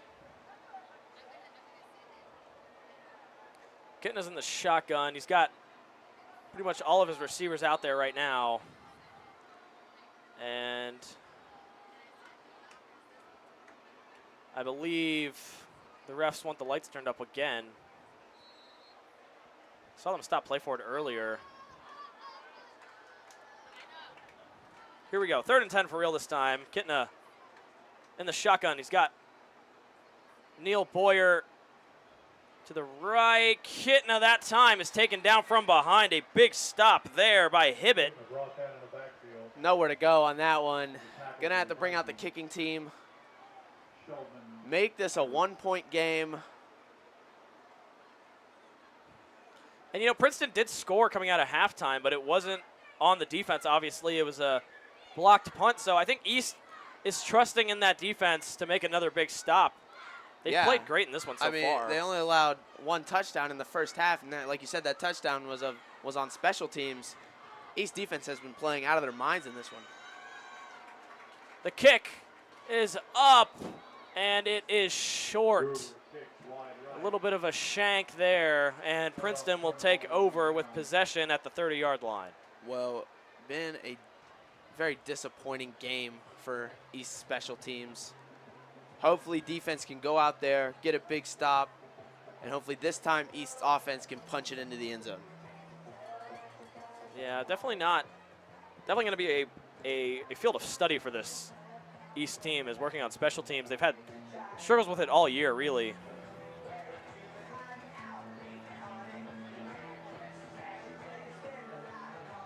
And it'll be interesting to see what Princeton comes out with here because they haven't really had their offense out on the field in a while. And what they were running earlier in the second quarter was not, or the second half was not really working.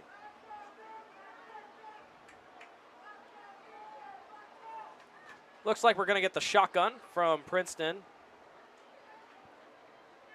They might go back to that triple option that they ran in the first half that seemed to work okay once they got into a rhythm.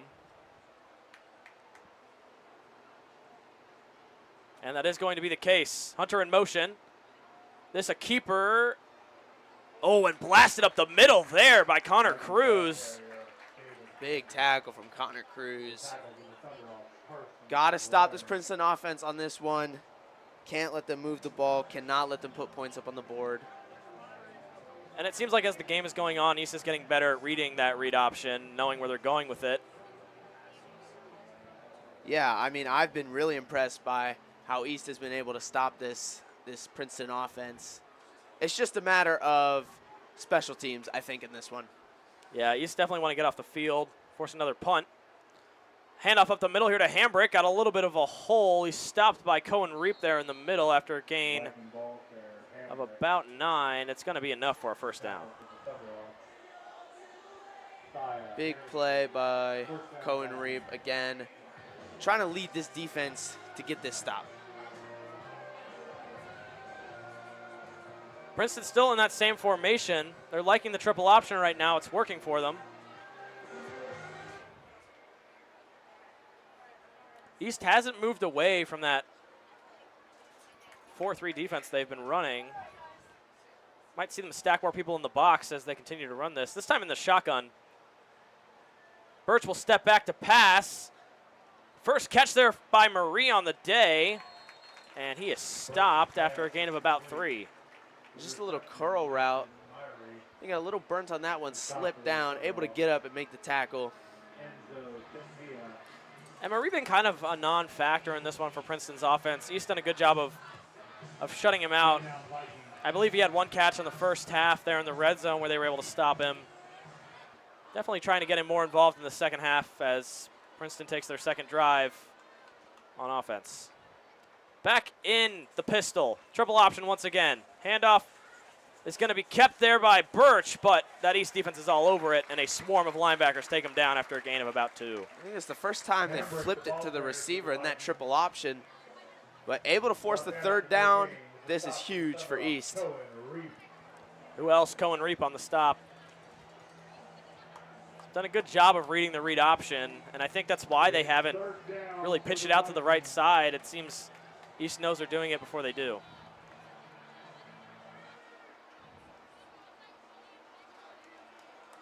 Back in that shotgun formation, maybe another pass coming here on 3rd and 5. Hunter motioned in to the slot. Birch steps back, he'll roll out. Pressure coming, fires it. There is a penalty marker that did come in. I believe that would have been a 1st down if they count the catch. Sure, if he penalty. caught it from here. And it's on Princeton. East finally getting a penalty to go their way. 3rd and 15 now for Princeton. Well, now this is a must stop for your defense. You cannot let them get this 1st down on 3rd and 15. Got to be happy with that if you're that East defense. If they can stop them here, Princeton's going to have to punt from far in their own territory. Yeah, and East will get favorable field position, and they haven't had that in this second half. Thought they would have it right out of the gate, but ended up being Princeton's ball on that onside kick. Trying to get it here, see what happens. And thought they would have it again on that punt that we thought there was interference on, but nonetheless, East has really been backed up on offense all their drives so far. Princeton in the shotgun. Birch steps back, trying to find a receiver. Pressure's coming.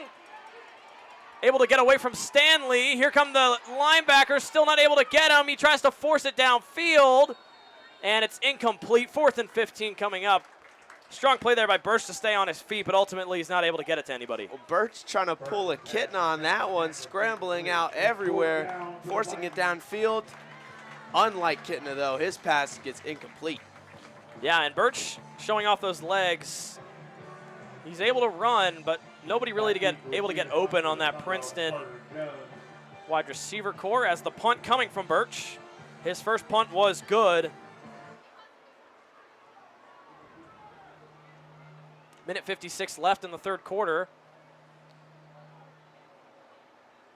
Carter Jones back to field it. The punt, a much lower one than the first one we saw. It's going to roll.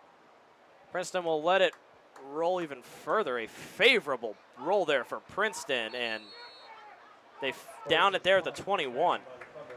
I mean, what a roll for Princeton there, and we thought it was going to be favorable position for East, but that was a great punt.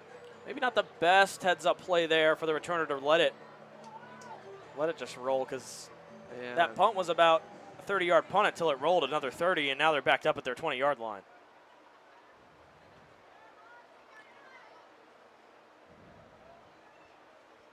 East was able to drive down on their last drive, but they were ultimately stopped, and that field goal miss left them with no points after a long drive.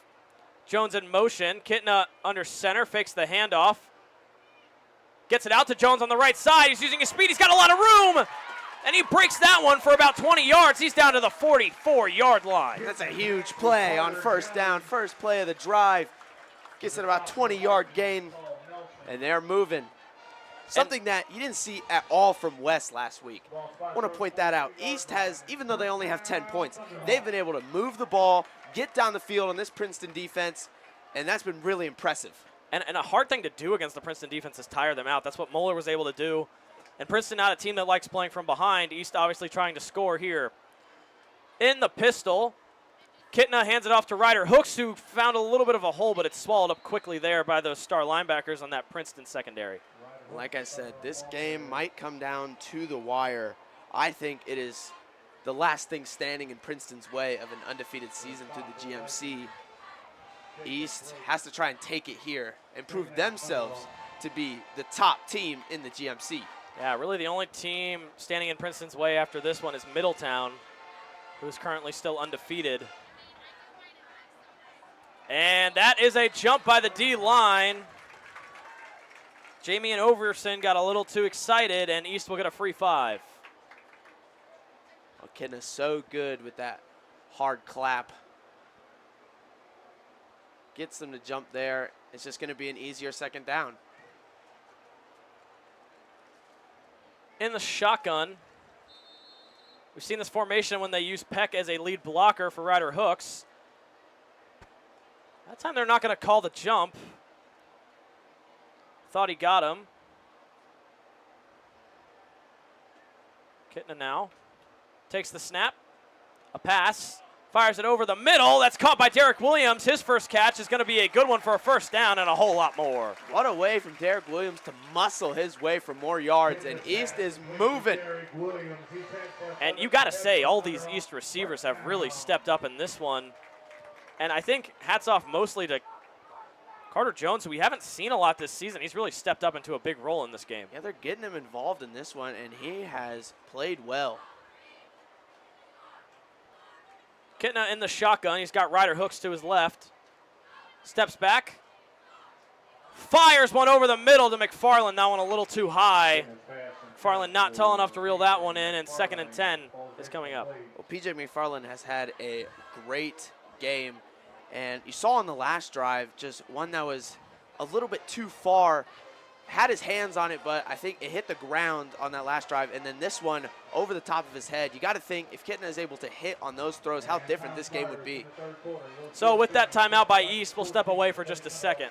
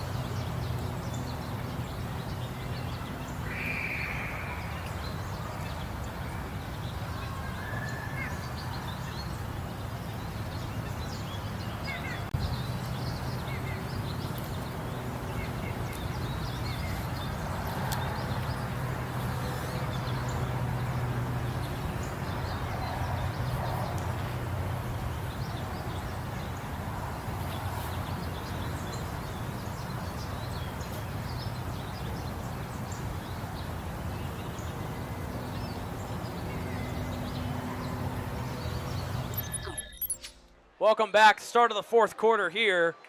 East down by 4. They've had a pretty good drive so far. 2nd and 10 coming up. Kitna rolls out on a designed run to the left. Found a hole. He's got into the secondary. And a strong tackle there by the safety. Andrew Wells stops a touchdown. Nonetheless, though, East is going to get a first down. Looked like he might get loose there. Hangs onto the ball. He did have 2 fumbles last week. Hasn't fumbled today. He's been running well. Yeah, and really a big thing we talked about in the pregame show for East was not turning the ball over, and they've done a good job of not doing that. At least on offense. Special teams had a couple of turnovers. Yeah. In the shotgun is Kitna. Ryder Hooks to his right. Fakes the handoff, and I did see that. I believe there was a false start there by Zion Neal. He started his route a little early. Just too excited to get that play going. Get it back up East. Can't let that stop you on this drive. You've been driving the ball well. You're moving it down the field. You got to keep doing what you're doing. Have to score a touchdown here. And he's done a good job of avoiding penalties on this drive. That's a rare one there. I think just a little bit of miscommunication by Zion Neal.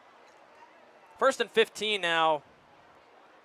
With how well the pass game has been working for East in the second half, you got to expect them to stick with it here on 1st and long. Kitna takes the snap in the shotgun. It's a pitch out to the left to Ryder Hooks.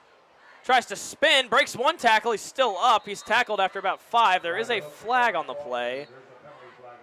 And I think it's going to be on East. Well, that's going to be,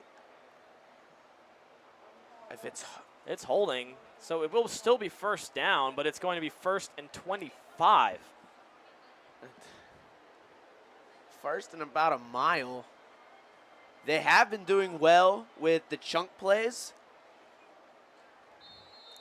In this game, getting the ball down the field. Got to try to do it again here. You can't really rely on just chunk plays if you're an offense, though. You got to get into a rhythm. These penalties are killing them right now.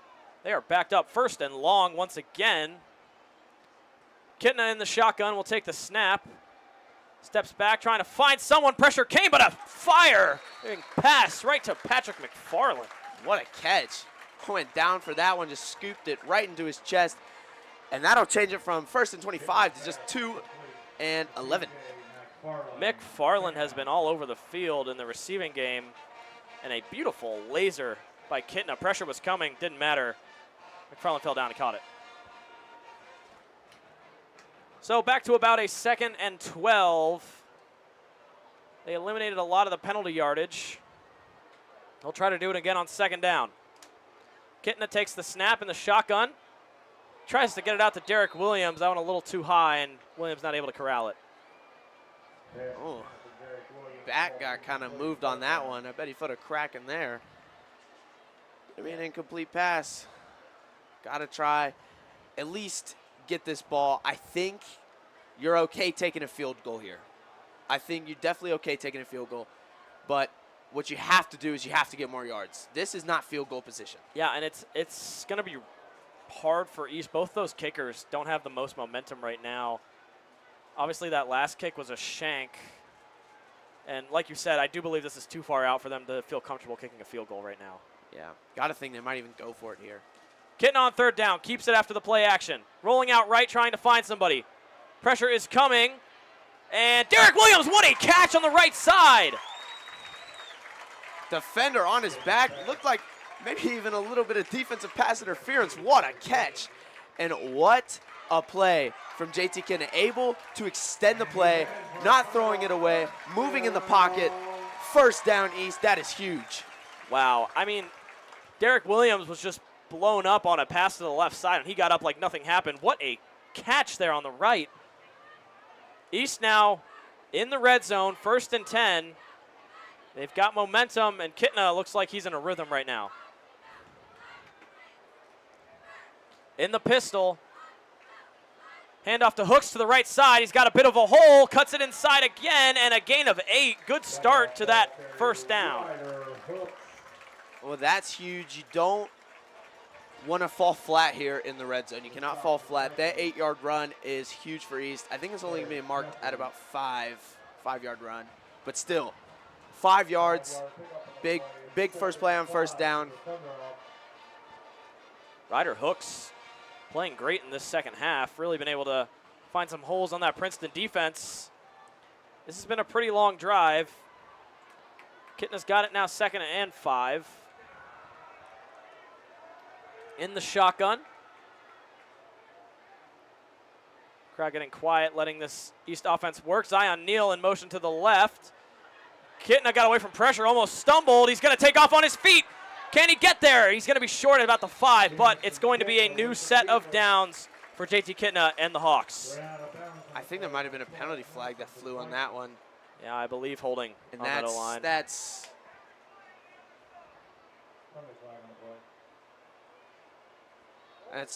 Man. quite literally the opposite of what you want on that play. Unfortunate. A huge play by Kitna using his legs. And again, this O-line is just canceling out these run plays, getting a little too handsy on against that D-line. And personally, I think penalties play too much of a part in these high school games. You see penalties almost feels like every play. And in pivotal moments like that where you get a 1st down, through the ball, you finally have momentum, and it just gets backed up. You can call holding on every play, and I didn't see any blatant holding on that one. Kitna firing. Just throws that one away. A lot of pressure. I mean, ran over, but it's hard to watch as a fan. And Princeton wanted the flag for intentional grounding on that one, I think.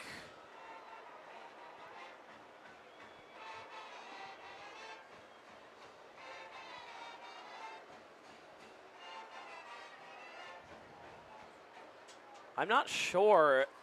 It looked like the ref dropped the flag, and they picked it back up. They're not going to call intentional grounding. Well, now it's 3rd and 15, and you got to find something.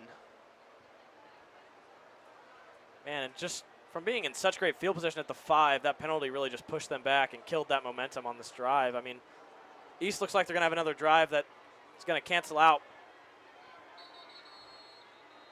And another flag.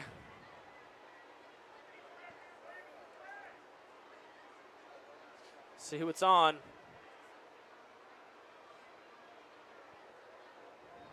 Kitna trying to argue the call.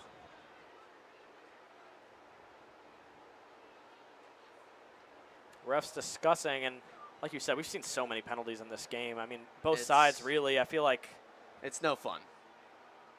refs playing too big of a part here.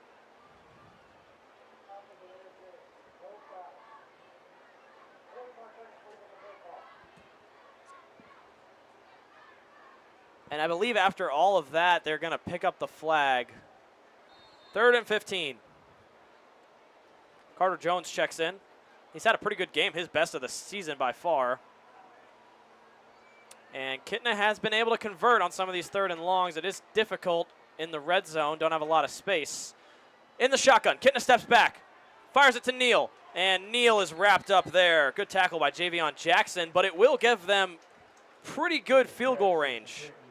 Yeah, and you got to hope that this special teams can pull it together and get a field goal up on this board. I mean, you get that, then it's just a 1-point game, 8 minutes left. Hopefully get a stop and see what happens from there, but main focus right now is just kicking this field goal through the uprights. Fitzstevens will take this field goal kick. He made the overtime game winner last week from about the same range. He is 1 for 2 on field goals on the season. The snap is good. The kick is up, and it is far right. What a miss. And this East defense is once again going to have to make a stop.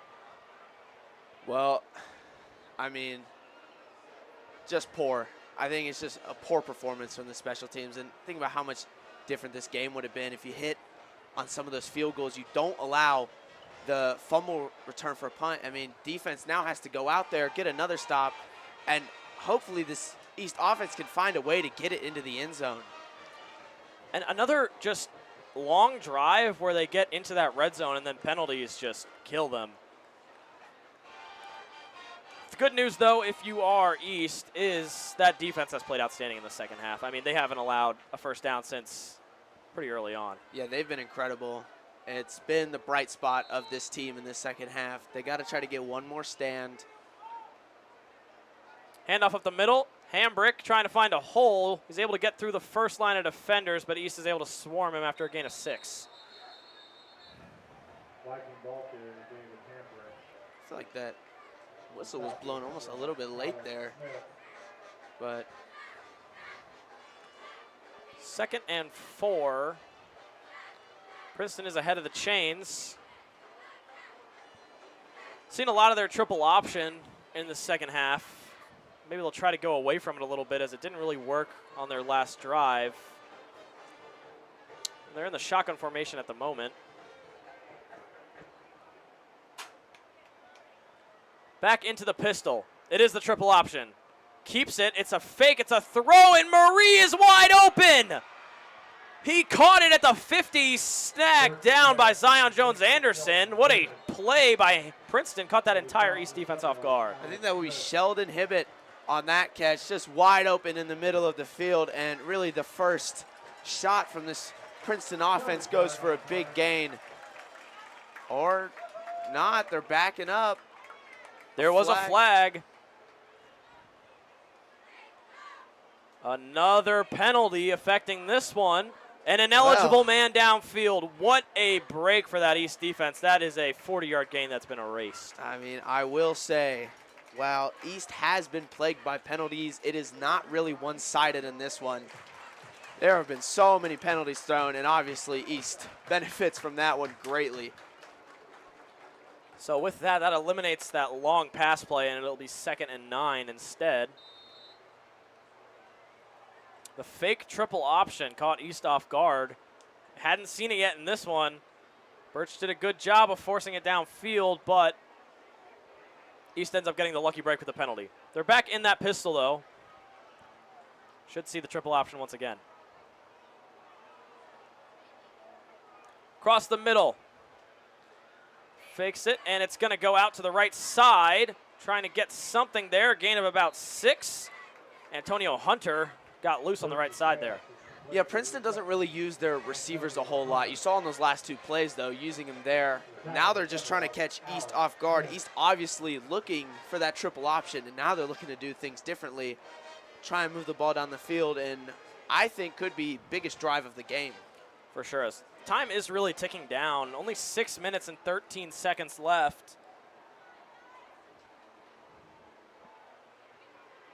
3rd down, a big one.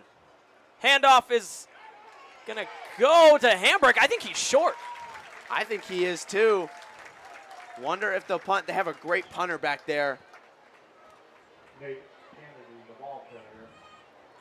It's going to be 4th down. I wonder if the way they've run the ball, though, Princeton's so good on the run, it does seem like it's the punt team. The punting punt team is out there. coming out. Huge stop from this East defense. Offense has to go put some points up on the board. And this East special team cannot afford to make any dumb mistakes on this one. 5:30 left in the 4th quarter. Should see Princeton let this clock tick down as much as possible.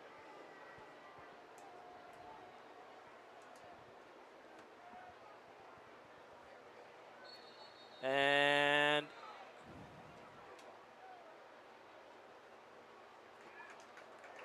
can't be on. They East. waited too long. Delay of game. Delay of game. That'll back them up even farther. That's good. Got a little scared there. It was going to be false start on East. That would have been bad. But delay of game. So that'll stop the clock with 5:14 left. Now no danger of the fake punt. The snap is good. Punt is up. It's going to bounce to the right. Carter Jones is just going to let it roll.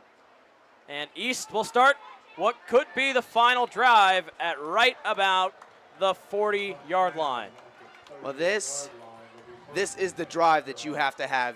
No points in this second half. You got to put some here. Have to. Has to be a touchdown. If there was ever a drive to play your absolute best you have all game, it is without a doubt this one. And it all is going to come down to not holding those defensive players for Princeton. We've seen too many penalties on that East offense. It killed them on their last drive. They've been able to get momentum and get the ball moving around midfield, but once they get in that red zone, they've kind of stalled out in this one. Kitna's first play is going to be a handoff to Ryder Hooks on the right side. Able to break the first one, but a swarm of Princeton tacklers take him down in the backfield. And all game, there's just really been no room to run in the middle. Princeton linebackers and D-line so good at closing gaps. Ryder Hooks has always had to bounce it outside, and when he has to do that, the corners are there on most of the plays, and that's what makes his Princeton run game so good. Surprising to see East taking this long to get back to the line. They do not have all the time in the world, only 4 minutes and 30 seconds left. Do have 3 timeouts, though.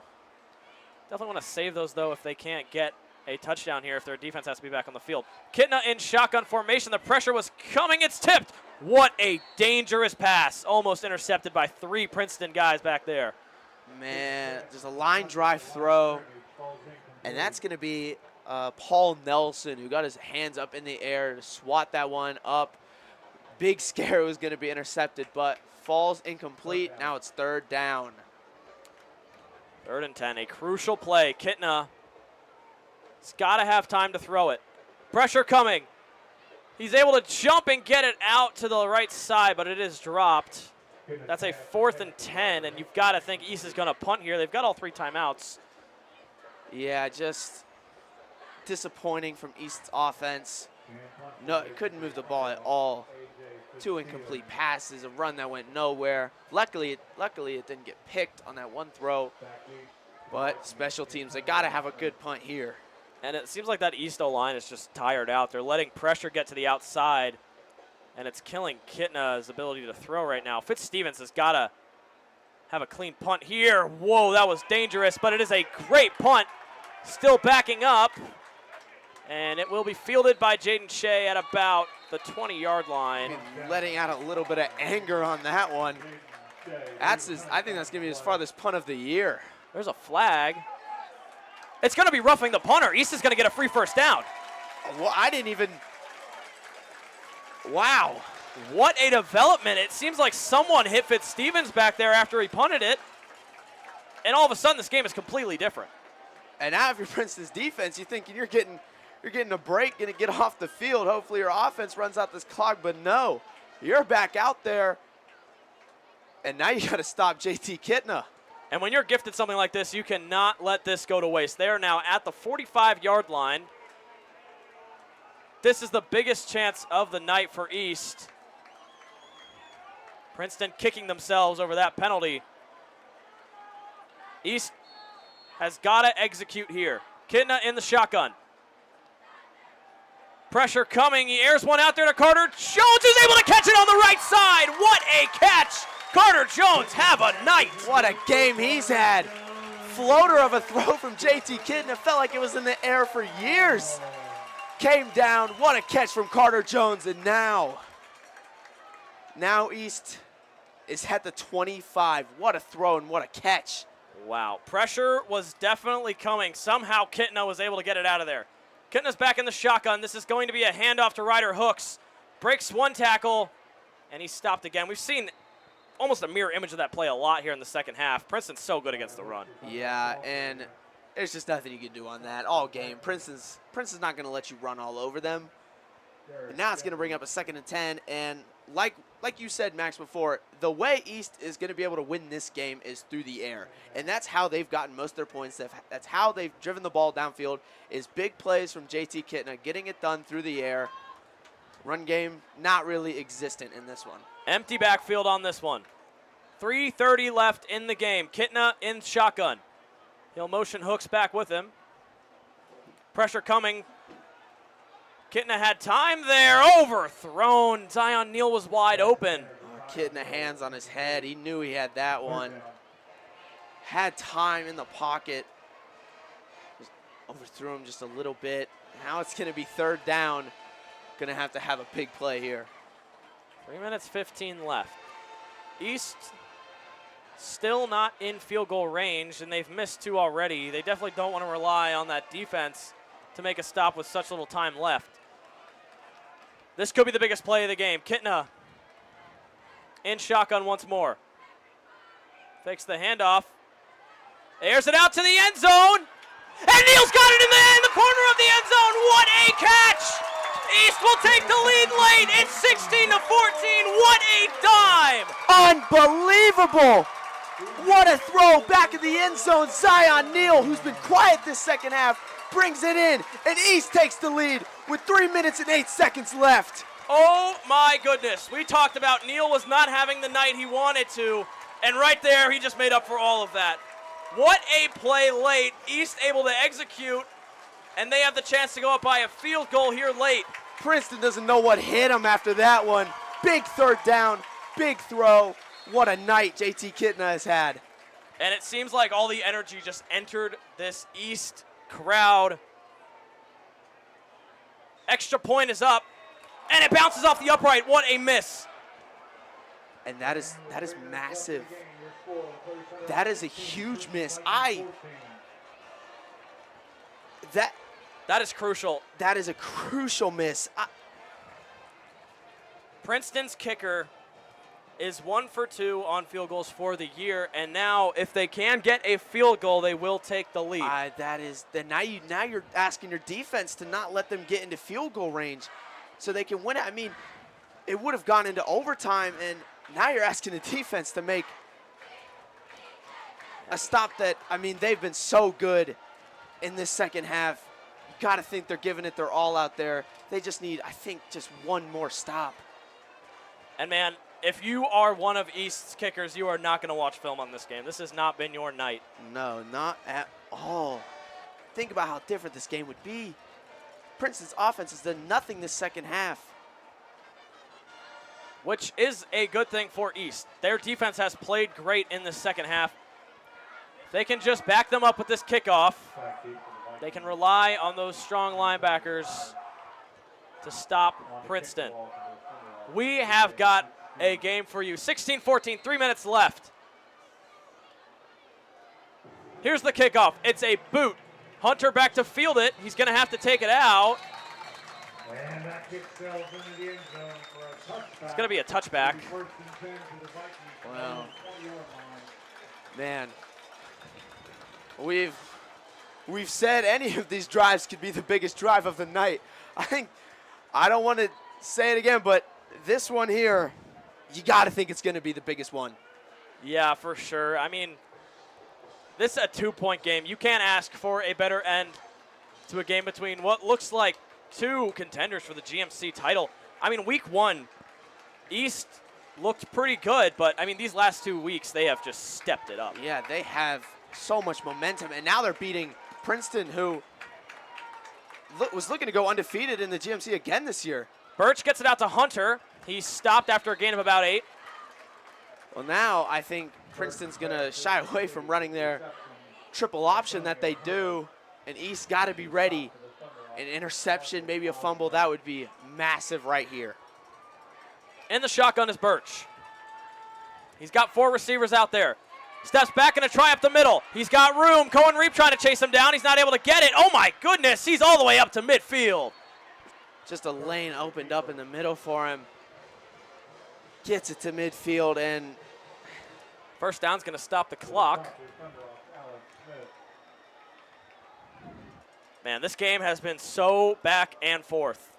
yeah. We've seen it before, though. Princeton has had plays where it finally looked like they were going to have life, but then they fizzled out. See what happens here. Birch to the right side. Hunter's able to get through the first tackle, and he is slammed after that. Just a broken tackle, able to get the first down, and the most crucial moment of this game, East defense getting. Oh. And Hunter is down after that big hit by DJ Stanley. We'll step away while the training staff looks.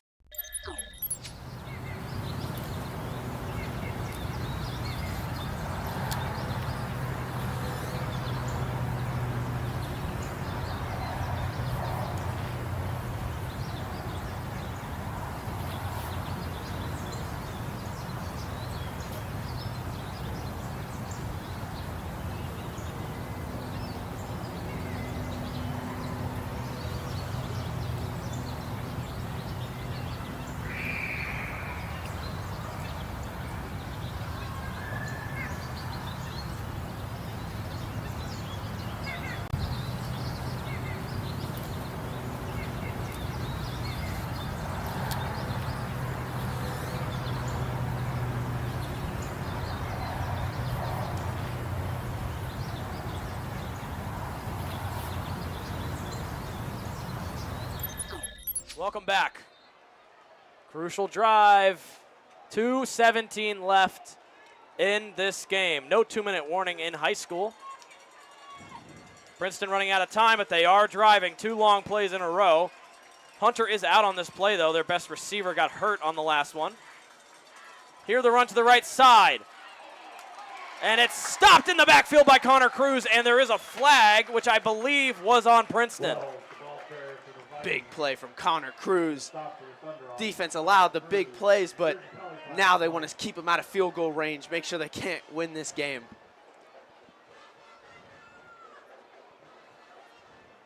Refs discussing, this is going to be one of the biggest calls of the night.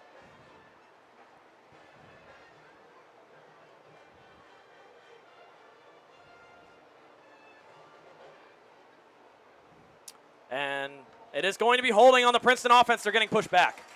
That's big for East. keeps them away from field goals. 1st and 20 now. Penalty moves the ball back to the 48-yard line. It's 1st and 20 for the And Vikings. you're also further out of field goal range now if you're Princeton. Landon Murray, the tight end, is lined up out left as a wide receiver. He is by far their best receiver. Birch lines up in the shotgun. Pressure coming. He is sacked from behind by DJ Stanley and Miles Metz. Nowhere to run. He thought he was going to run up the middle again for big yards, but nowhere to go. East defense not letting him move. And now they don't know what to do. And I apologize for that one. That was Aiden Gideon and DJ Stanley on the sack. 1 minute 20 left in the game. 2nd down and 18. This East crowd is lit up. Birch in the shotgun steps back. Trying to find someone. Looking out right. That one is short. And it's incomplete. He bobbled it. Well, I mean, no pressure on the quarterback there, but couldn't get the ball to him. And now it's a huge 3rd and 18 coming up. Minute 08. This is the game. Well, they still have 4th down, but big 3rd down here. 3rd section down fired up. and 18. The crowd is on their feet. Birch has got a tall task ahead of him. It is electric in the Hawks' Nest right now. 3 receivers outright for Birch. Landon Murray, the best receiver, down to the bottom of your screen. Birch takes the snap. Looking. Pressure comes. Fires one up. Hunter's not able to catch it, but there is a flag.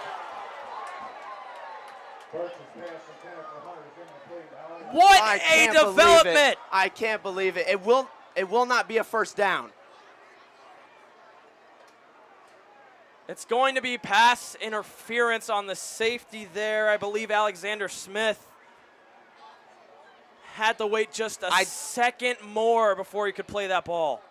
3rd and 18, though, I do not believe.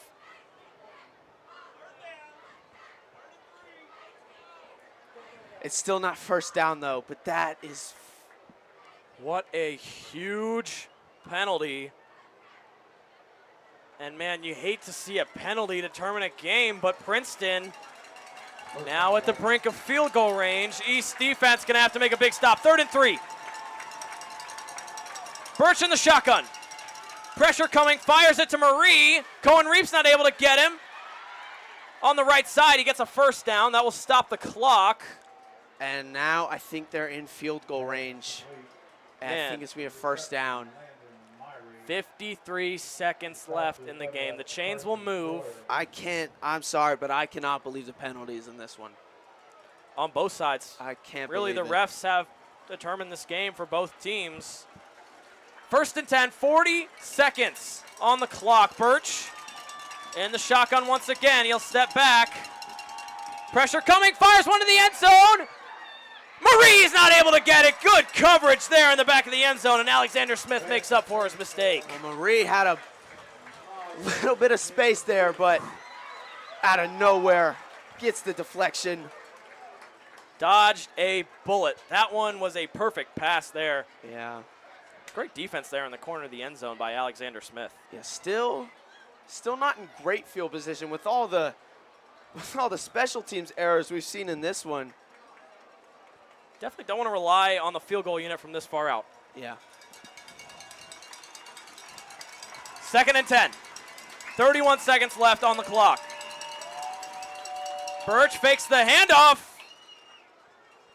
And a timeout was called by East before that one.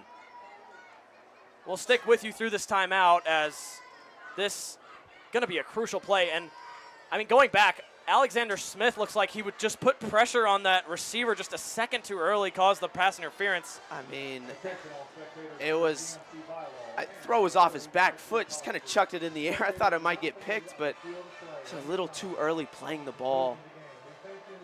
And that really is unfortunate for this drive. What turned into a huge 3rd and 18 that was an incompletion, turned to 4th and 18. Now it was a 3rd and 3. And I just can't believe the penalties. I mean, Only 28 seconds left on the clock. Now, I believe Princeton is in field goal range for their kicker, but this is a big ask for a high school kicker to make it from about 30 yards out. He's perfect on extra points, and he's 1 for 2 on field goals this year. Out comes the Princeton offense. Couldn't ask for a better end to this game. 28 seconds left. Back out in the shotgun. East's crowd is loud.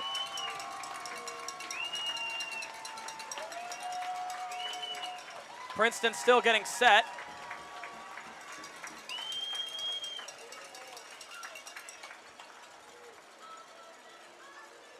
Not sure what the confusion is here.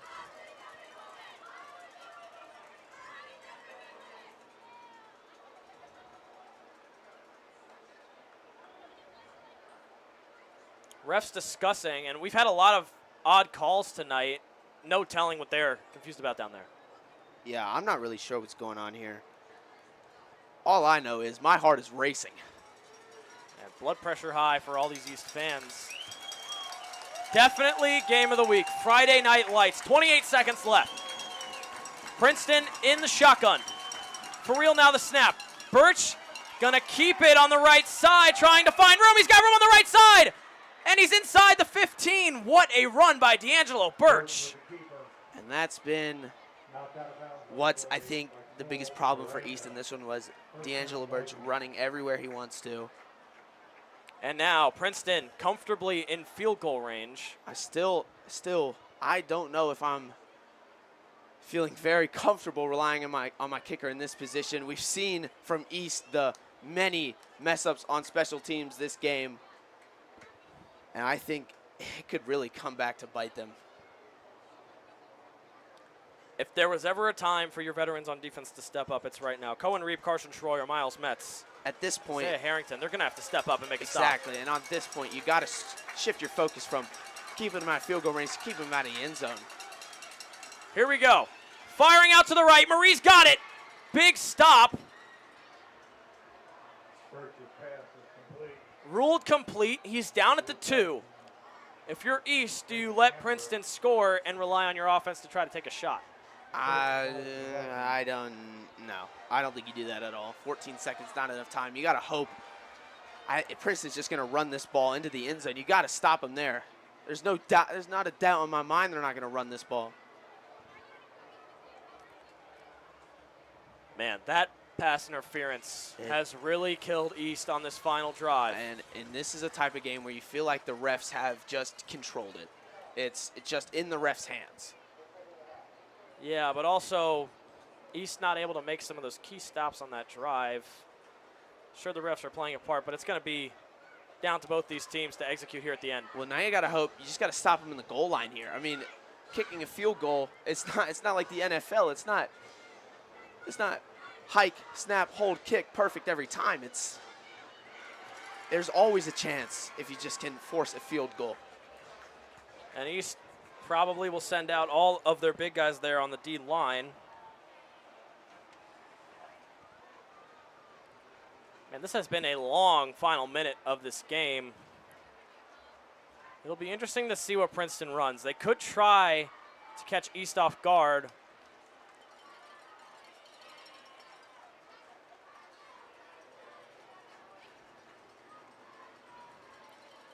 I think if you're East, you're happy with the way this game has played out. This is a top team in the GMC, and you're playing this good against them. It really shows what East is made of this year. Here we go, pistol formation. They've ran the triple option out of this all night. Birch hands it off. Stuffed in the middle. I don't think he got there. I think he's nowhere close. That's a huge stop. Now you got 7 seconds. That will push them down. back. Are they going to use their last timeout? They Yeah, are they going did. to use their last timeout. I definitely have to send your field goal unit out here. That was a huge stop. Now anything can happen. What a game. What a game indeed. I mean, what a game. What a game. This has been real special. We've thought this one was over many times, and it seems both teams just do not want to give up on this game. And I mean, either of these teams, if you're in this one, you're thinking, is this what the GMC championship is going to look like? I mean, at this point, East playing this good against Princeton and just beat West. You got to think maybe that East-West game won't be as lopsided as it was last year.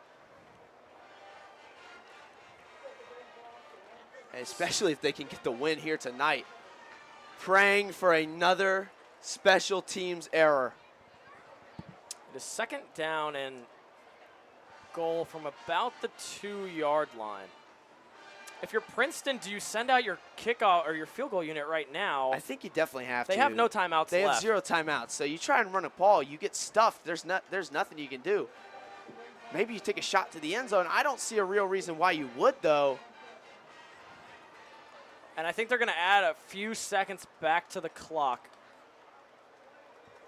I believe they signal for 10 seconds. Right now we're showing as 1.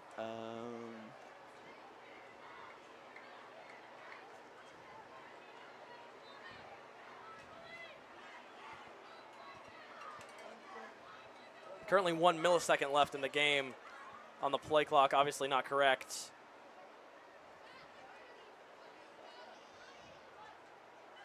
And he's coming back to the sideline. Not sure. I mean, if More confusion. They'll talk it over again. the way Princeton has played, you even think they kicked this, say they kicked this game-winning field goal. Is this even a game that, do you think they deserve to win? I mean, I think either team could deserve to win this game. I mean, both have put in a ton of fight. It's been a physical game back and forth. But I think if you're Princeton, you definitely wanted a more demanding performance, especially after you beat West last week. And still 1 second showing on the clock. Field goal team. This will determine the game. This is the game. For the game, Cole Kimball.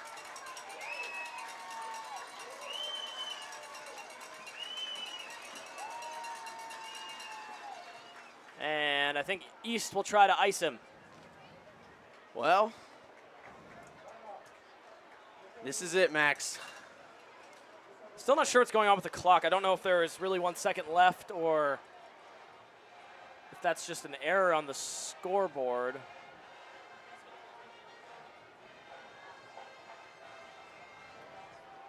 And I mean, this has been the longest final minute of a game I've seen in a while. Yeah, it gives me memories of that Oak Hills finish last year where it felt like it took a whole quarter just to run one play.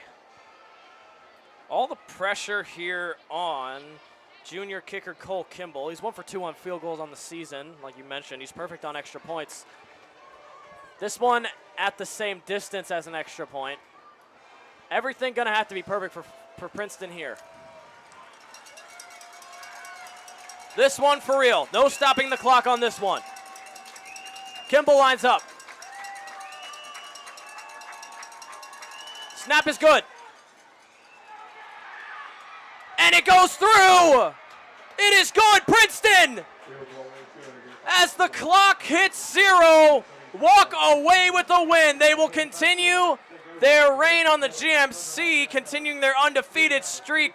A heartbreaker for East. And that is the game. Special teams wins it. Man, what a game. Both sides played their hearts out. East going up against Fairfield next week at Fairfield. Hope to stream that one for you away. Princeton going over to Mason to try to continue their undefeated GMC list. With that, we want to give a shout out to all of our boosters and sponsors that make our stream possible. We appreciate you for sticking through us with the technical difficulties we had in the first half. Shout out to Spark and Butler Tech specifically. From all of us here at Lakota East Broadcasting, I'm Max Earl with Beck Lucas. We wish you a good night and thank you for tuning in.